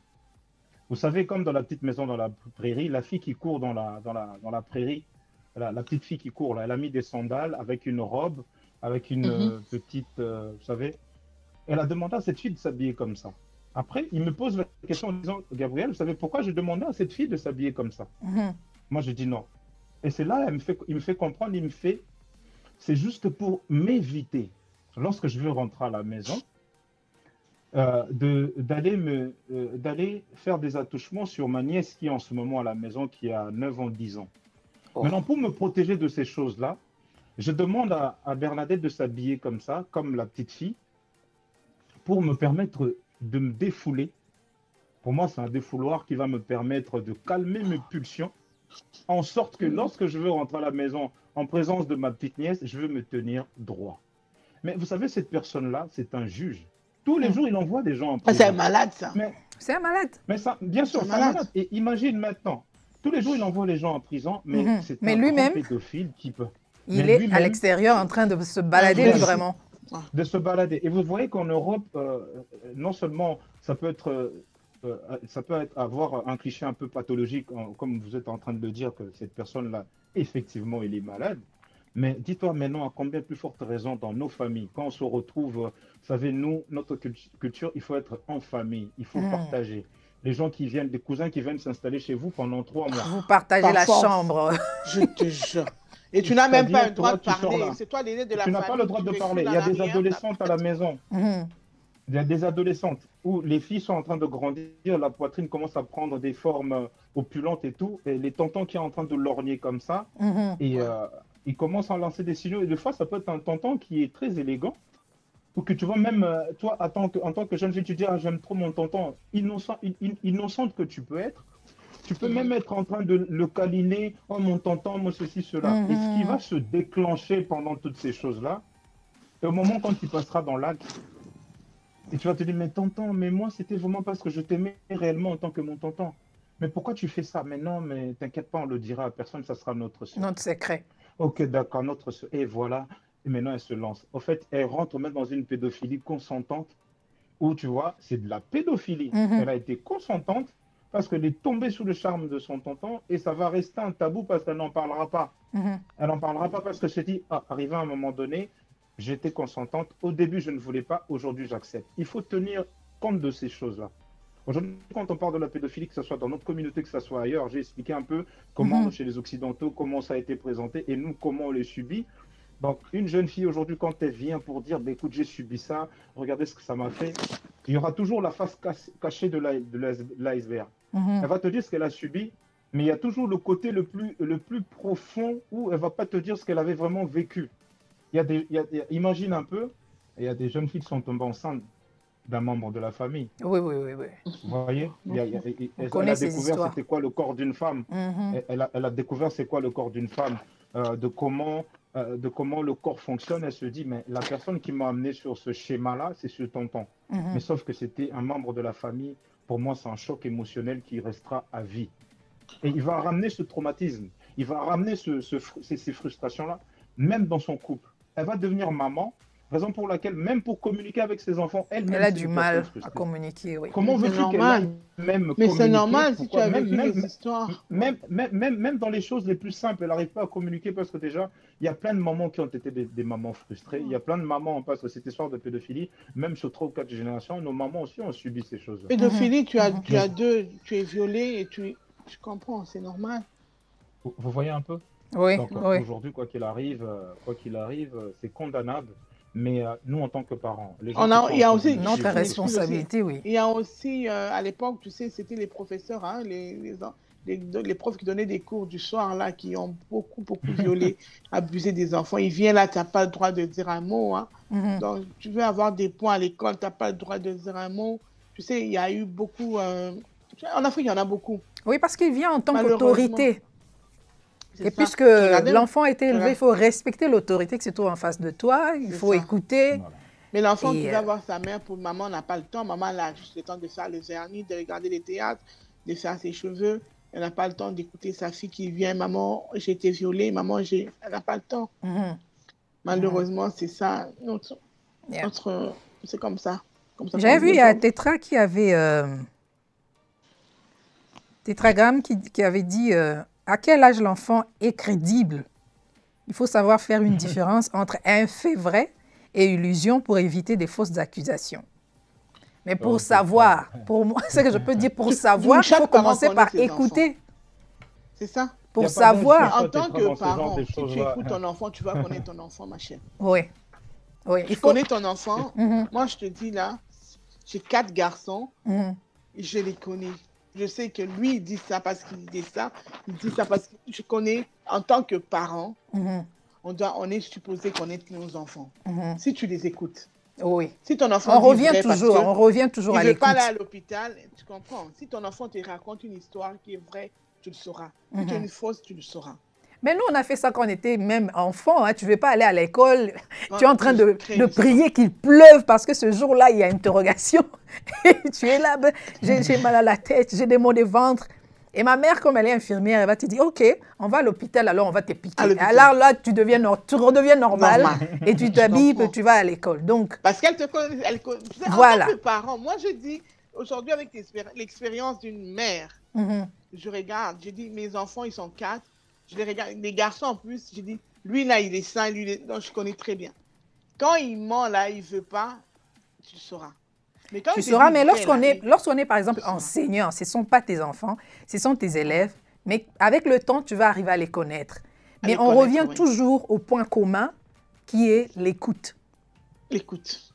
Parce que pour faire la différence entre un fait juste monté de toutes pièces et une réalité ou une vérité, c'est par l'écoute. Si tu lui donnes des oreilles, tu le laisses parler, tu lui poses des questions et là, tu sauras qu'il y a quelque chose qui cloche ou bien c'est vraiment vrai, on doit appeler la police, on doit faire intervenir les travailleurs sociaux, tout ça. Donc, on revient toujours à l'écoute. Il faut écouter. Il faut vraiment écouter. Pessi dit, maman n'est pas toujours à faire dans les futilités. Et puis, c'est la responsabilité des deux parents. Oui. Mais oui. Oui. Moi aussi, je suis d'accord. Oui. À moins que tu aies mère seule, mais si vraiment tous les deux parents, vous restez ensemble, c'est votre responsabilité. Et même si vous êtes séparés, même si vous êtes séparés, il faut qu'il y ait la communication lorsque l'enfant passe par exemple le week-end chez le père. La mère doit déjà dire, voilà, cette semaine, ce qui s'est passé. J'ai remarqué ça. Essaye d'être un peu plus attentif de ce côté-là pour voir un peu, essaye un peu de lui parler, puisque nous, en tant que mère, nous parlons d'une manière différente. Une manière les papas aussi. Qui est vraiment différente de la façon dont les papas parlent ou communiquent avec les enfants. Je ne suis pas d'accord avec Gabriel, ça dépend d'une famille à une autre. Moi, je parlais plus avec mon père qu'avec ma mère, mais quand je suis devenue adulte, c'était l'inverse. Ça, c'est souvent les filles. Les filles, généralement, sont comme ça. Je n'ai pas très bien compris ce qu'elle a voulu dire, Pessi. Je ne sais pas quand elle... Oui, ne pas être d'accord avec quoi, ça, je ne sais pas. Ah non, je pense qu'elle parlait de... Quand il parlait de dialogue, parce que quand les parents te disent que tu dois faire ça, tu dois faire ça, je pense qu'elle a parlé il y a longtemps. Ok. Ah, elle a peut-être parlé quand je disais tout ce qui concernait par rapport à la punition, que les enfants, ils n'avaient pas le droit de rétorquer ou de... Ouais, les filles sont plus à la cuisine. Ah oui, mais ça c'est une vérité. Moi, par exemple, j'ai grandi, c'est pas mon père ni ma mère qui m'a appris à faire la vaisselle, c'est moi-même. Parce que je ne voulais pas, je fouillais, là. Vous prenez toujours des cas particuliers pour une généralité. C'est pas tout le monde, hein, c'est bon, c'est ça, oui. Même vous êtes dans les cas particuliers, d'Ali, que ce soit vous êtes toujours dans les cas particuliers. Mais en général, ces femmes-là, quand elles ont subi ces choses-là, aujourd'hui, on sait très bien que le schéma général, c'est on doit apprendre à une femme à être femme. On pense à quoi tout de suite? Il faut qu'elle sache. Remarquez ici, à être exposée à la punition. On ne lui apprend pas à être une femme de carrière, une femme professionnelle. Une femme de carrière, on ne t'apprend même pas à se dire, ben, tiens, aujourd'hui, comme notre soeur, on t'a dit, Pessi, mais non, moi, j'ai parlé avec mon père, je parlais avec mon... Mais oui, mais ça, c'est dans un cas vraiment particulier. Hein. Mais tu penses que tout le monde avait la chance de dialoguer avec ses parents. Vous savez, même, imaginez même la scène. Ça, c'est une scène qui était souvent dans les familles. Nous, on écrivait à mon papa, on lui écrivait une lettre. Hein. Vous habitez dans la même maison, mais vous écrivez des lettres. On écrivait des lettres, on les posait sur la table. Est-ce que vous êtes d'accord avec moi? Il vient le soir après, il prend les lettres, il va les lire. Hein. On ne voyait pas au salon tout le temps, mais il est au salon ici, nous, on est dans notre salon. On n'a pas le temps de... Mais voilà, mais avec maman, je sais quand elle est là, oui. Papa, non. C'est une lettre. Mais c'est ça justement, pour répondre à notre Pessi, au fait, ce que Mali vient de dire. Imaginez la scène où à chaque fois papa rentrait à la maison dans certaines familles, c'était tout le monde sort du salon, c'est brrr, c'est la foudre qui arrive. Vous sortez du salon et alors vous laissez le roi s'installer sur le canapé. Le roi vient, il s'installe, il tend la main comme ça, boum, la télécommande est tombée ici. Et comment ça te dit, il faut ouvrir cette fenêtre-là, boum. Il y a d'autres qui font le massage. Le domestique là ici, de l'autre qui arrive comme ça. Bon, en fait, la vie s'arrête. Donc maintenant, quand Pessi dit que non, moi je parle avec papa, et moi je parle avec maman, mais ma soeur... Papa. Pimpi, il a 3 fois. Vous savez, une fois qu'on klaxonne, c'est fini. Le roi est là et la vie s'arrête. Imagine un peu. Alors Pessi, elle peut nous dire les lions est là. Elle a eu la chance. Elle a eu la chance de parler avec papa et maman, c'est très bien. Moi, je te donne un exemple. Les personnes qui nous ont donné plus de fessées, ce sont mes grands frères. Mais moi, mon père... dès qu'il rentrait comme ça, c'était le médiateur qui arrivait à faire le pont entre papa, maman, les enfants, les grands frères, ça se passait toujours bien. En fait, papa ramenait la sauce joviale qui faisait que mettez-vous à l'aise, parce qu'une fois que vous êtes à l'aise, vous allez être plus explicite, plus expressif. En étant expressif, c'est déjà l'environnement. Et ce que papa a porté comme environnement, tout en gardant sa posture de papa et tout ça. Votre papa, déjà, son visage, lorsqu'on le rencontrait, il était déjà accueillant. Il était déjà accueillant. Donc, parce que chez les Gabi, pour entrer chez eux, c'était terrifiant parce qu'il n'y avait que des garçons. C'était terrifiant. Ils sont à Donc, 11. 10 garçons et une fille. Et la fille, c'est la cadette. Tu peux imaginer? C'est la cadette. Oh, Voilà. Toi, tu es le Ça quantième? faut dire que même. Septième? Moi, je suis le 10e, je suis le dernier de garçon. Ah, le dernier 10e, de oui. Mohican. Donc c'était celui qui recevait toutes les gifles, les machins. En fait, j'étais la personne qui était tout en bas là. J'ai tout subi. Et la généralement, cadette il y a a une reçu fille, toute l'affection parce que c'était l'unique fille. toute l'affection. Voilà. C'était l'unique fille. Et maman, par rapport à son rôle, c'était de pouvoir établir, vous savez, ce côté un peu plus réfléchi, de gérer toutes les situations, tous les conflits. Quand ça chauffait, et maman était là juste pour établir, temporiser tout ça. Elle a su le faire, mais le faire avec 10 garçons. Et quand tu vas rajouter les cousins qui arrivaient de France, on se retrouvait à une trentaine et quarantaine à la maison. Ben, c'est vrai que la maison était grande avec plusieurs chambres, d'accord. Mais ce qui fait que quand vous vous retrouvez comme ça, là, avec beaucoup de personnes, et c'est souvent même que quand on est jeune, ou tu vois, tu risques même de tomber amoureux de ta propre cousine. Tu commences à y avoir un peu de l'affection, tu commences à aimer la cousine, et après, maintenant, pendant que vous êtes en train de jouer, au fait, tu n'arrives plus à identifier entre aimer et tomber amoureux, et il y aura toujours un tonton ou un oncle qui va arriver, un grand pédophile de l'intérieur, qui va faire en sorte où tu vois, et même nous, tu peux même constater qu'il y avait quelque chose de louche entre le tonton avec une cousine. Tu dis, mais ce tonton-là, et puis tac, tu vas tout de suite accuser pour dire, bah, ce tonton-là, j'ai vu ce qu'il avait fait. Et même quand tu vas le dénoncer, la personne qui va t'écouter va prendre ça avec des pincettes pour que ça ne dégénère pas. Et tout ça à cause de quoi? À cause de l'éducation, pour dire que non, si je fais ces accusations-là, entre les faits, les accusations, savoir si c'est vrai ou faux, ça risque de retomber sur toi. Donc, des fois même, tu vas dénoncer chez la maman ou chez l'oncle ou dénoncer chez une tierce personne. Il fallait aller jusqu'au bout. Aller jusqu'au bout, c'est quoi? Il faut demander à la personne de témoigner. C'est pas comme si à l'époque, maintenant, tu peux avoir un WhatsApp, tu enregistres le tonton qui est en train de te draguer, te toucher. Non, tonton, je veux pas, il insiste. Tu l'enregistres, après, tu as des preuves. Ouais. Et beaucoup de jeunes ont subi ça. Ils ont subi ça toujours dans des moments où tout allait bien à la maison, il y avait trop de monde, et tu arrives toujours à un moment donné où les autres sont au salon, les autres ne sont pas là, ils sont partis à une fête. Il fait sombre, il y a coupure d'électricité ou je ne sais pas quoi, il y a toujours le tonton, viens par ici. On commence à t'attraper, mais non et tout. Et attention, même pendant le baiser, il est en train de te subtiliser, te laisser un suçant, tu te laisses emporter et tu te retrouves dans une pédophilie consentante et tu es une victime. Et va maintenant en parler à ta mère. Il va te dire, mais comment toi-même tu es arrivé à cet endroit-là? Comment il a pu t'enlever ça, tes sous-vêtements? Comment il a pu faire ça? Parce qu'il y a des moments, il risque même d'aller loin en te posant des questions. Ça va te déstabiliser. Tu te dis, mais qu'est-ce qui m'a même poussé à aller dénoncer? Voilà. Tu te retrouves coincé.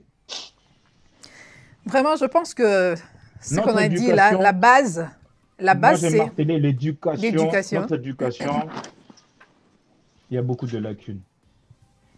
Il y a beaucoup de lacunes dans notre éducation et voilà les retombées. Les retombées aussi sont là.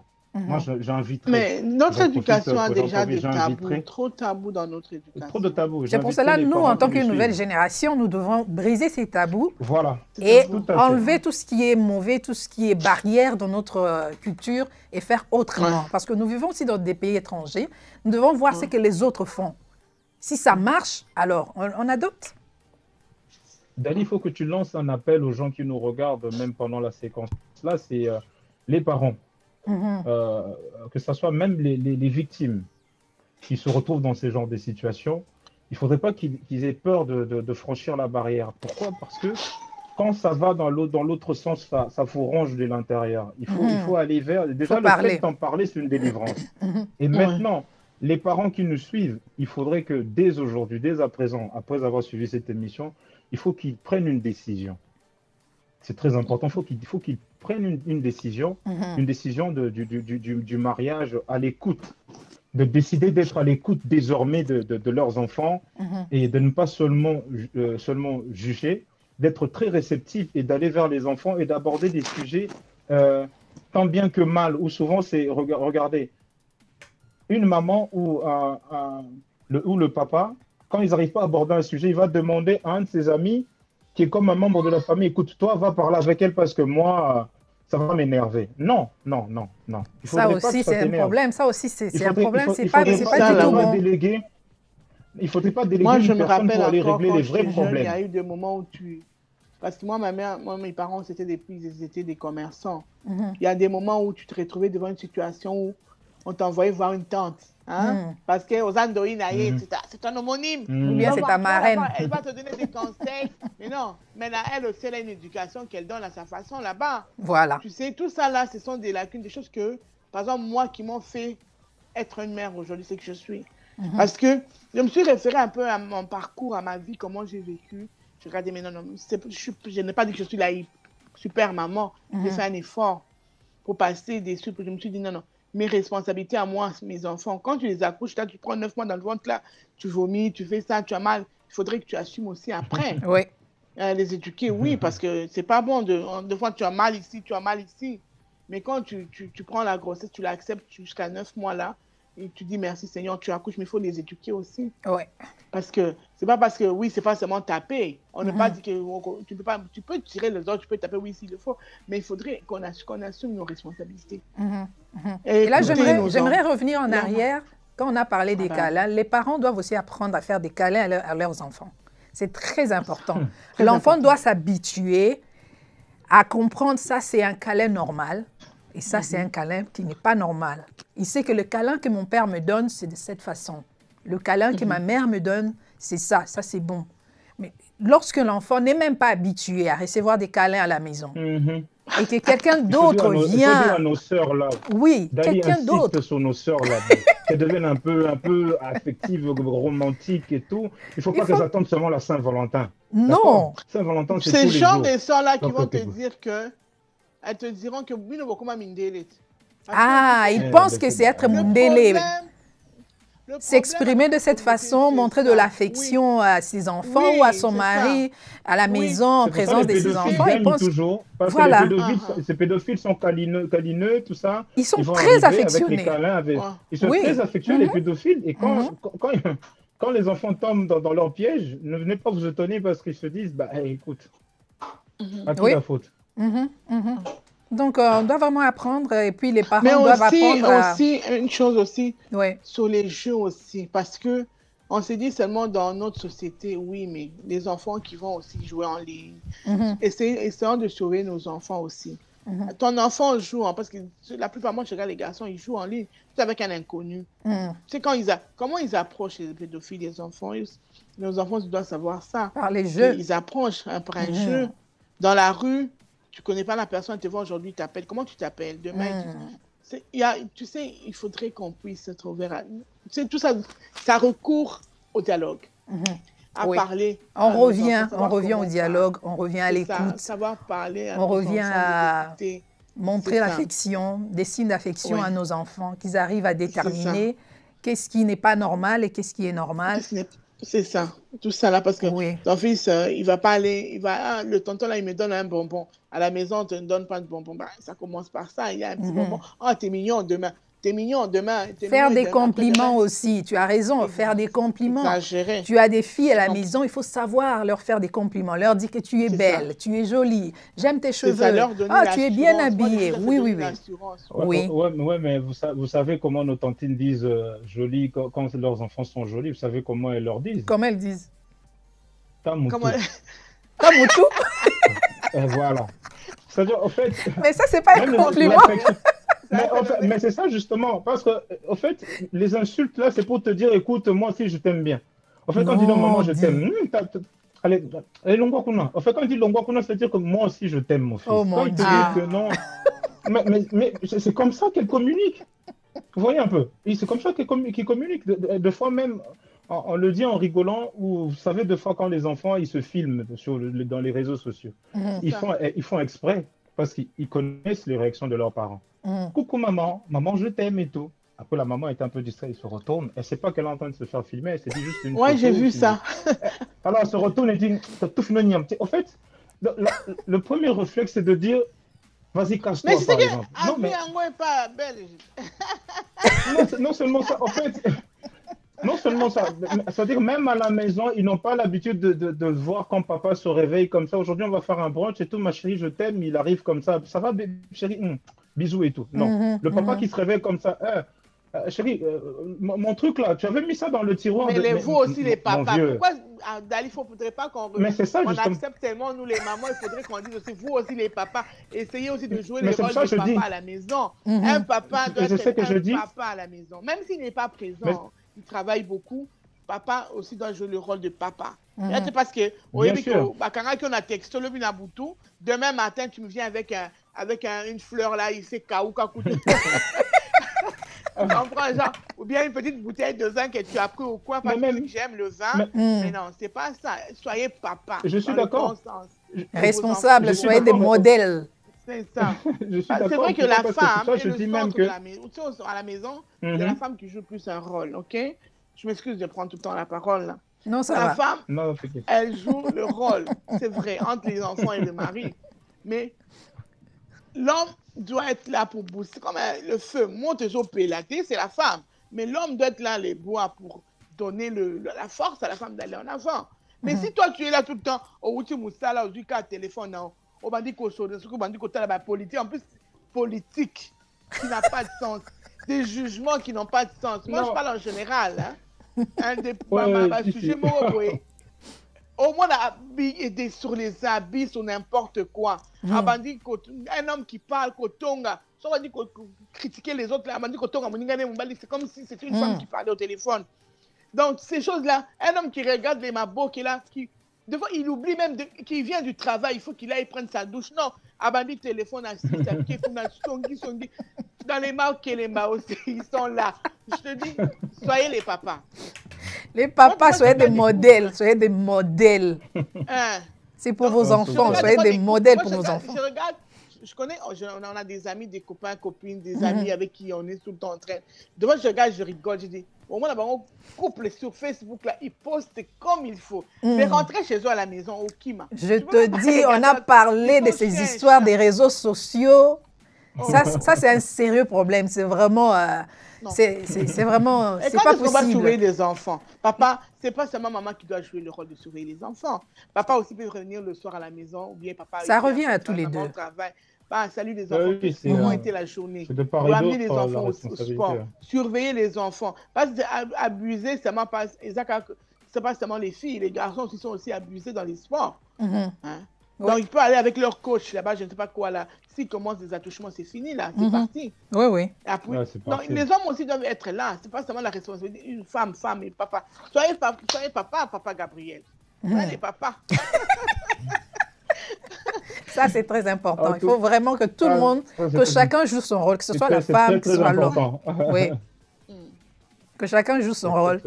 Et papa reste papa, soit papa modèle. Donc, quand on dit soit papa, ça ne veut pas dire que les enfants puissent trembler lorsque tu es là. Le roi, le lion. Malheureusement. Non, ce n'est pas ça. Donc ça aussi, ça vient de notre culture. Hey, le lion est là, tout le monde fuit. Mais malheureusement... Non, un papa peut être aussi calme, tout ça, mais c'est un papa. Il a sa façon. Nous, on parle des responsabilités, on ne parle pas des comportements. Hein. Il faut que tu cries à la maison, je suis là, donnez-moi la télécommande. Non, non, tu peux être là, papa. Bonjour les amis, ça va.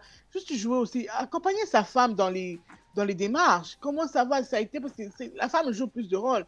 Et aussi, des fois aussi, un petit repas, un brunch, comme tout à l'heure, là, ça fait du bien aussi. Les restaurants sont fermés jusqu'à nouvel ordre, donc... c'est bien, comme ça va apprendre à tous ces papas et à toutes ces mamans, à toutes ces tantines. À savoir comment rallumer le feu chez eux à la maison. Ah oui. Salut DBN, comment tu vas? Tu viens à peine de te connecter ou bien tu étais là depuis longtemps? Voilà, on va bientôt se séparer. On a parlé de ce... pour ceux qui viennent de se joindre à nous, nous sommes en train de parler de la pédophilie. Pourquoi c'est toujours un sujet tabou?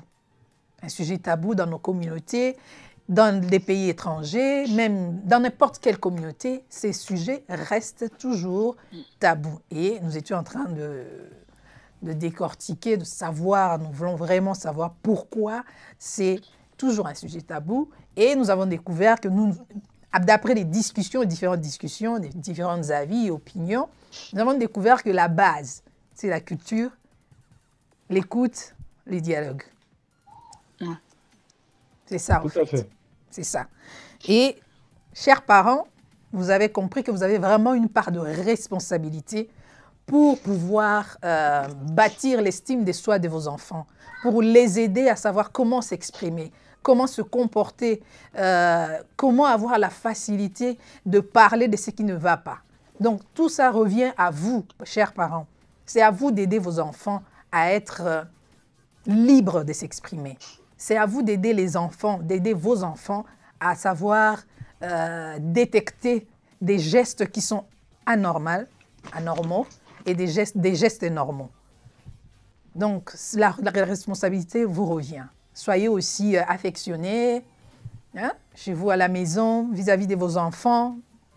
Leur faire des compliments, ça va vraiment aider vos enfants à grandir avec un grand estime de soi. Parce que souvent, les filles, lorsqu'elles commencent à rencontrer un garçon ou bien des amis de sexe opposé qui commencent à lui faire des compliments, ils pensent que c'est un, comme disaient des anglophones, un big deal, donc quelque chose de spécial. Mais si tu commences déjà à le lui dire à partir de la maison, donc la fille va trouver ça normal et ça sera difficile pour qu'elle tombe même entre les mains d'un aventurier.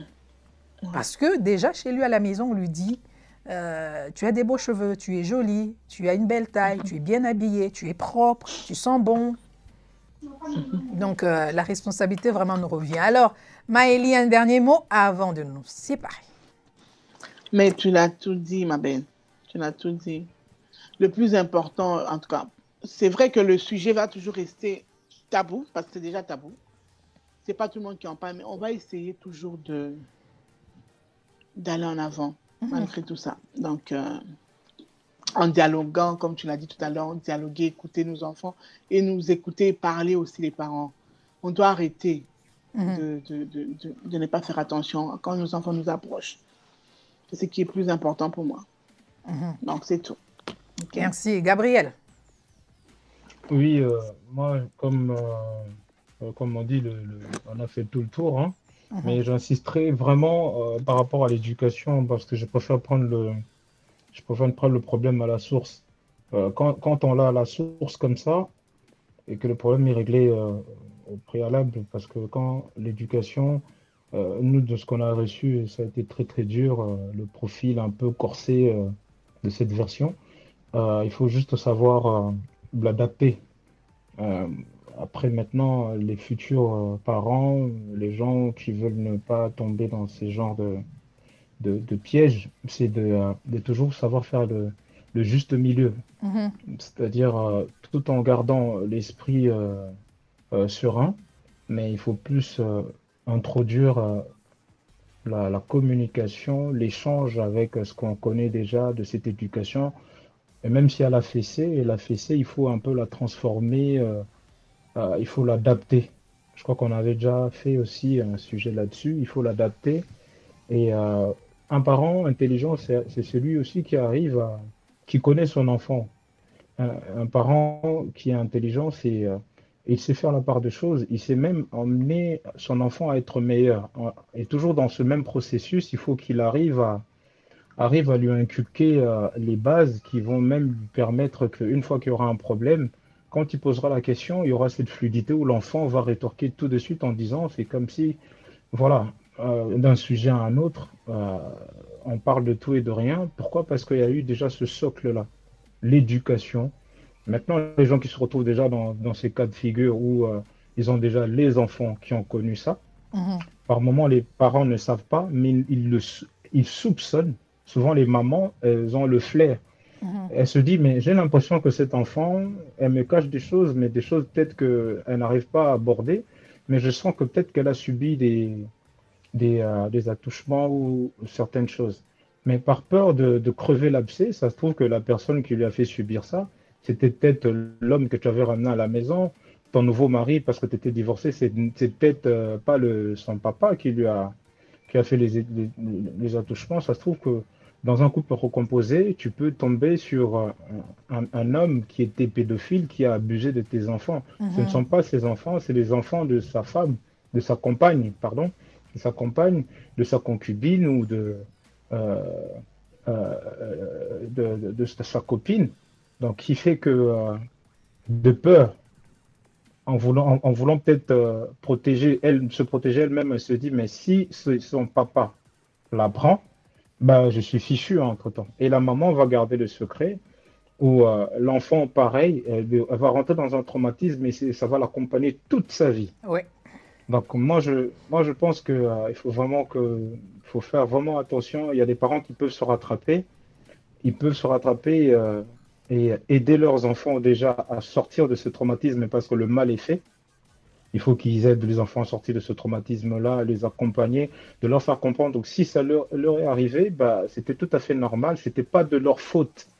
Parce que souvent, quand on est victime de pédophilie, on pense que souvent, se dire, mais non, justement, c'était de ma faute. Non, parce que le prédateur, le pédophile, leur a fait comprendre que bah, tu devais accepter et que voilà. Et donc, ils se retrouvent en posture de victime. Il faudrait qu'ils sortent déjà de cette collision-là. Et après, c'est délicat. Il faut savoir maintenant réparer et il faut aider, il faut traiter les enfants qui ont déjà connu ça. Donc, les mamans qui ont, les enfants qui ont subi ça, il y a un travail à faire. Et les autres mamans ou les parents, pour ne pas dire seulement la femme, les parents qui ont les enfants pré-ados, adolescents ou qui sont fraîchement majeurs, donc il va falloir qu'ils arrivent à les protéger avec avec cette communication d'échange qui va leur permettre ça, qui va servir de parapluie Ouais. pour que, en cas de problème, qu'ils arrivent à communiquer facilement et tout. Donc ça, c'est important. Et puis après, je pense que ça restera toujours tabou. Depuis, dans les Templiers, les prêtres, on a eu des prêtres qui étaient pédophiles. Après, on a eu aussi, ici même dans notre culture, chez les Maliens, vous avez des papas avec leurs grands boubous comme ça, là, bah, c'est des pédophiles. On va dans la communauté congolaise, ils sont habillés en Versace, en tenue, tout ça, ils viennent avec des Weston. Il y a des pédophiles, on va chez les Camerounais, chez les Comoriens, partout, il y en aura. Et je pense que la solution, c'est la communication, mais comme on ne peut pas protéger à 100%, il faut prendre le problème à la source, toujours commencer à dialoguer dès le bas âge. Donc voilà. Merci beaucoup Maëlie, merci beaucoup Gabriel. Et ça a été vraiment un sujet intéressant et nous avons appris, hein, parce que moi aussi j'ai appris beaucoup de choses, surtout par l'expérience de Maëlie et tout ce que Gabriel a dit. Nous avons vraiment beaucoup appris et nous savons maintenant ce que nous devons faire pour protéger les enfants et surtout l'importance de ne pas garder silence. C'est très important. Donc, prochainement, connectez-vous vraiment à l'heure, soyez à l'heure, puisque nous allons parler de l'infertilité. Pourquoi dans notre culture, on incrimine toujours la femme et on pense que l'homme n'a pas de problème? Donc, lorsqu'on va parler de problème d'infertilité dans le couple, pourquoi la femme est toujours à la base de l'infertilité? Avant même d'aller même chez les médecins, deux fois même, le couple va chez les médecins et le médecin ne s'occupe que de la femme et ne s'occupe pas de l'homme. Nous allons discuter de ça la fois prochaine et nous aurons aussi un témoin, une victime de ce genre de comportement. Donc, prochainement, connectez-vous à l'heure puisque nous allons parler de ce sujet et nous voulons aussi savoir, nous aimerions savoir vos avis comme d'habitude. Voilà. Alors, cette émission a été sponsorisée par Toronto Mobile Teas. Et si vous avez aussi des produits que vous voulez faire connaître, vous pouvez toujours nous envoyer vos logos. Nous allons les mettre là. Comme ça, nos amis vont savoir ce que vous faites ou quel genre de service vous vendez. Nous sommes là disponibles. Alors, l'émission a été produite par Amen Productions. Si vous avez besoin d'un producteur, vous pouvez toujours nous contacter. Et si vous avez besoin de faire des lives, vous pouvez toujours nous contacter et nous allons vous aider à atteindre vos objectifs puisque nous savons, maintenant là, le monde va très vite et tout le monde est sur Internet, tout le monde est Et dans ce domaine d'Internet, le travail se fait en ligne, tout s'est fait en ligne. Alors, si vous voulez avoir une formation, vous voulez apprendre quelque chose, contactez-nous. Nous donnons ces genres de services aussi. Voilà, le numéro que vous pouvez contacter, c'est le 647-237-2636. Donc, si vous voulez avoir des connaissances, vous voulez apprendre quelque chose, vous voulez savoir comment faire des lives, vous pouvez toujours avoir, nous donnons ce genre de formation et ça va vraiment vous aider à réaliser ce que vous voulez. Voilà. Merci beaucoup à vous tous qui étaient en ligne. Merci beaucoup à tous nos amis qui ont commenté. Et n'oubliez pas de partager le lien et surtout de liker. Liker, ça va nous faire très plaisir. Et partagez le lien, que ce soit sur Facebook, que ce soit dans vos WhatsApp, vos groupes WhatsApp, partagez, puisque nous parlons d'un sujet qui peut sauver ne fût-ce qu'une vie. Merci encore une fois. Je vous retrouve très bientôt. Prenez bien soin de vous et surtout, stay safe. Au revoir.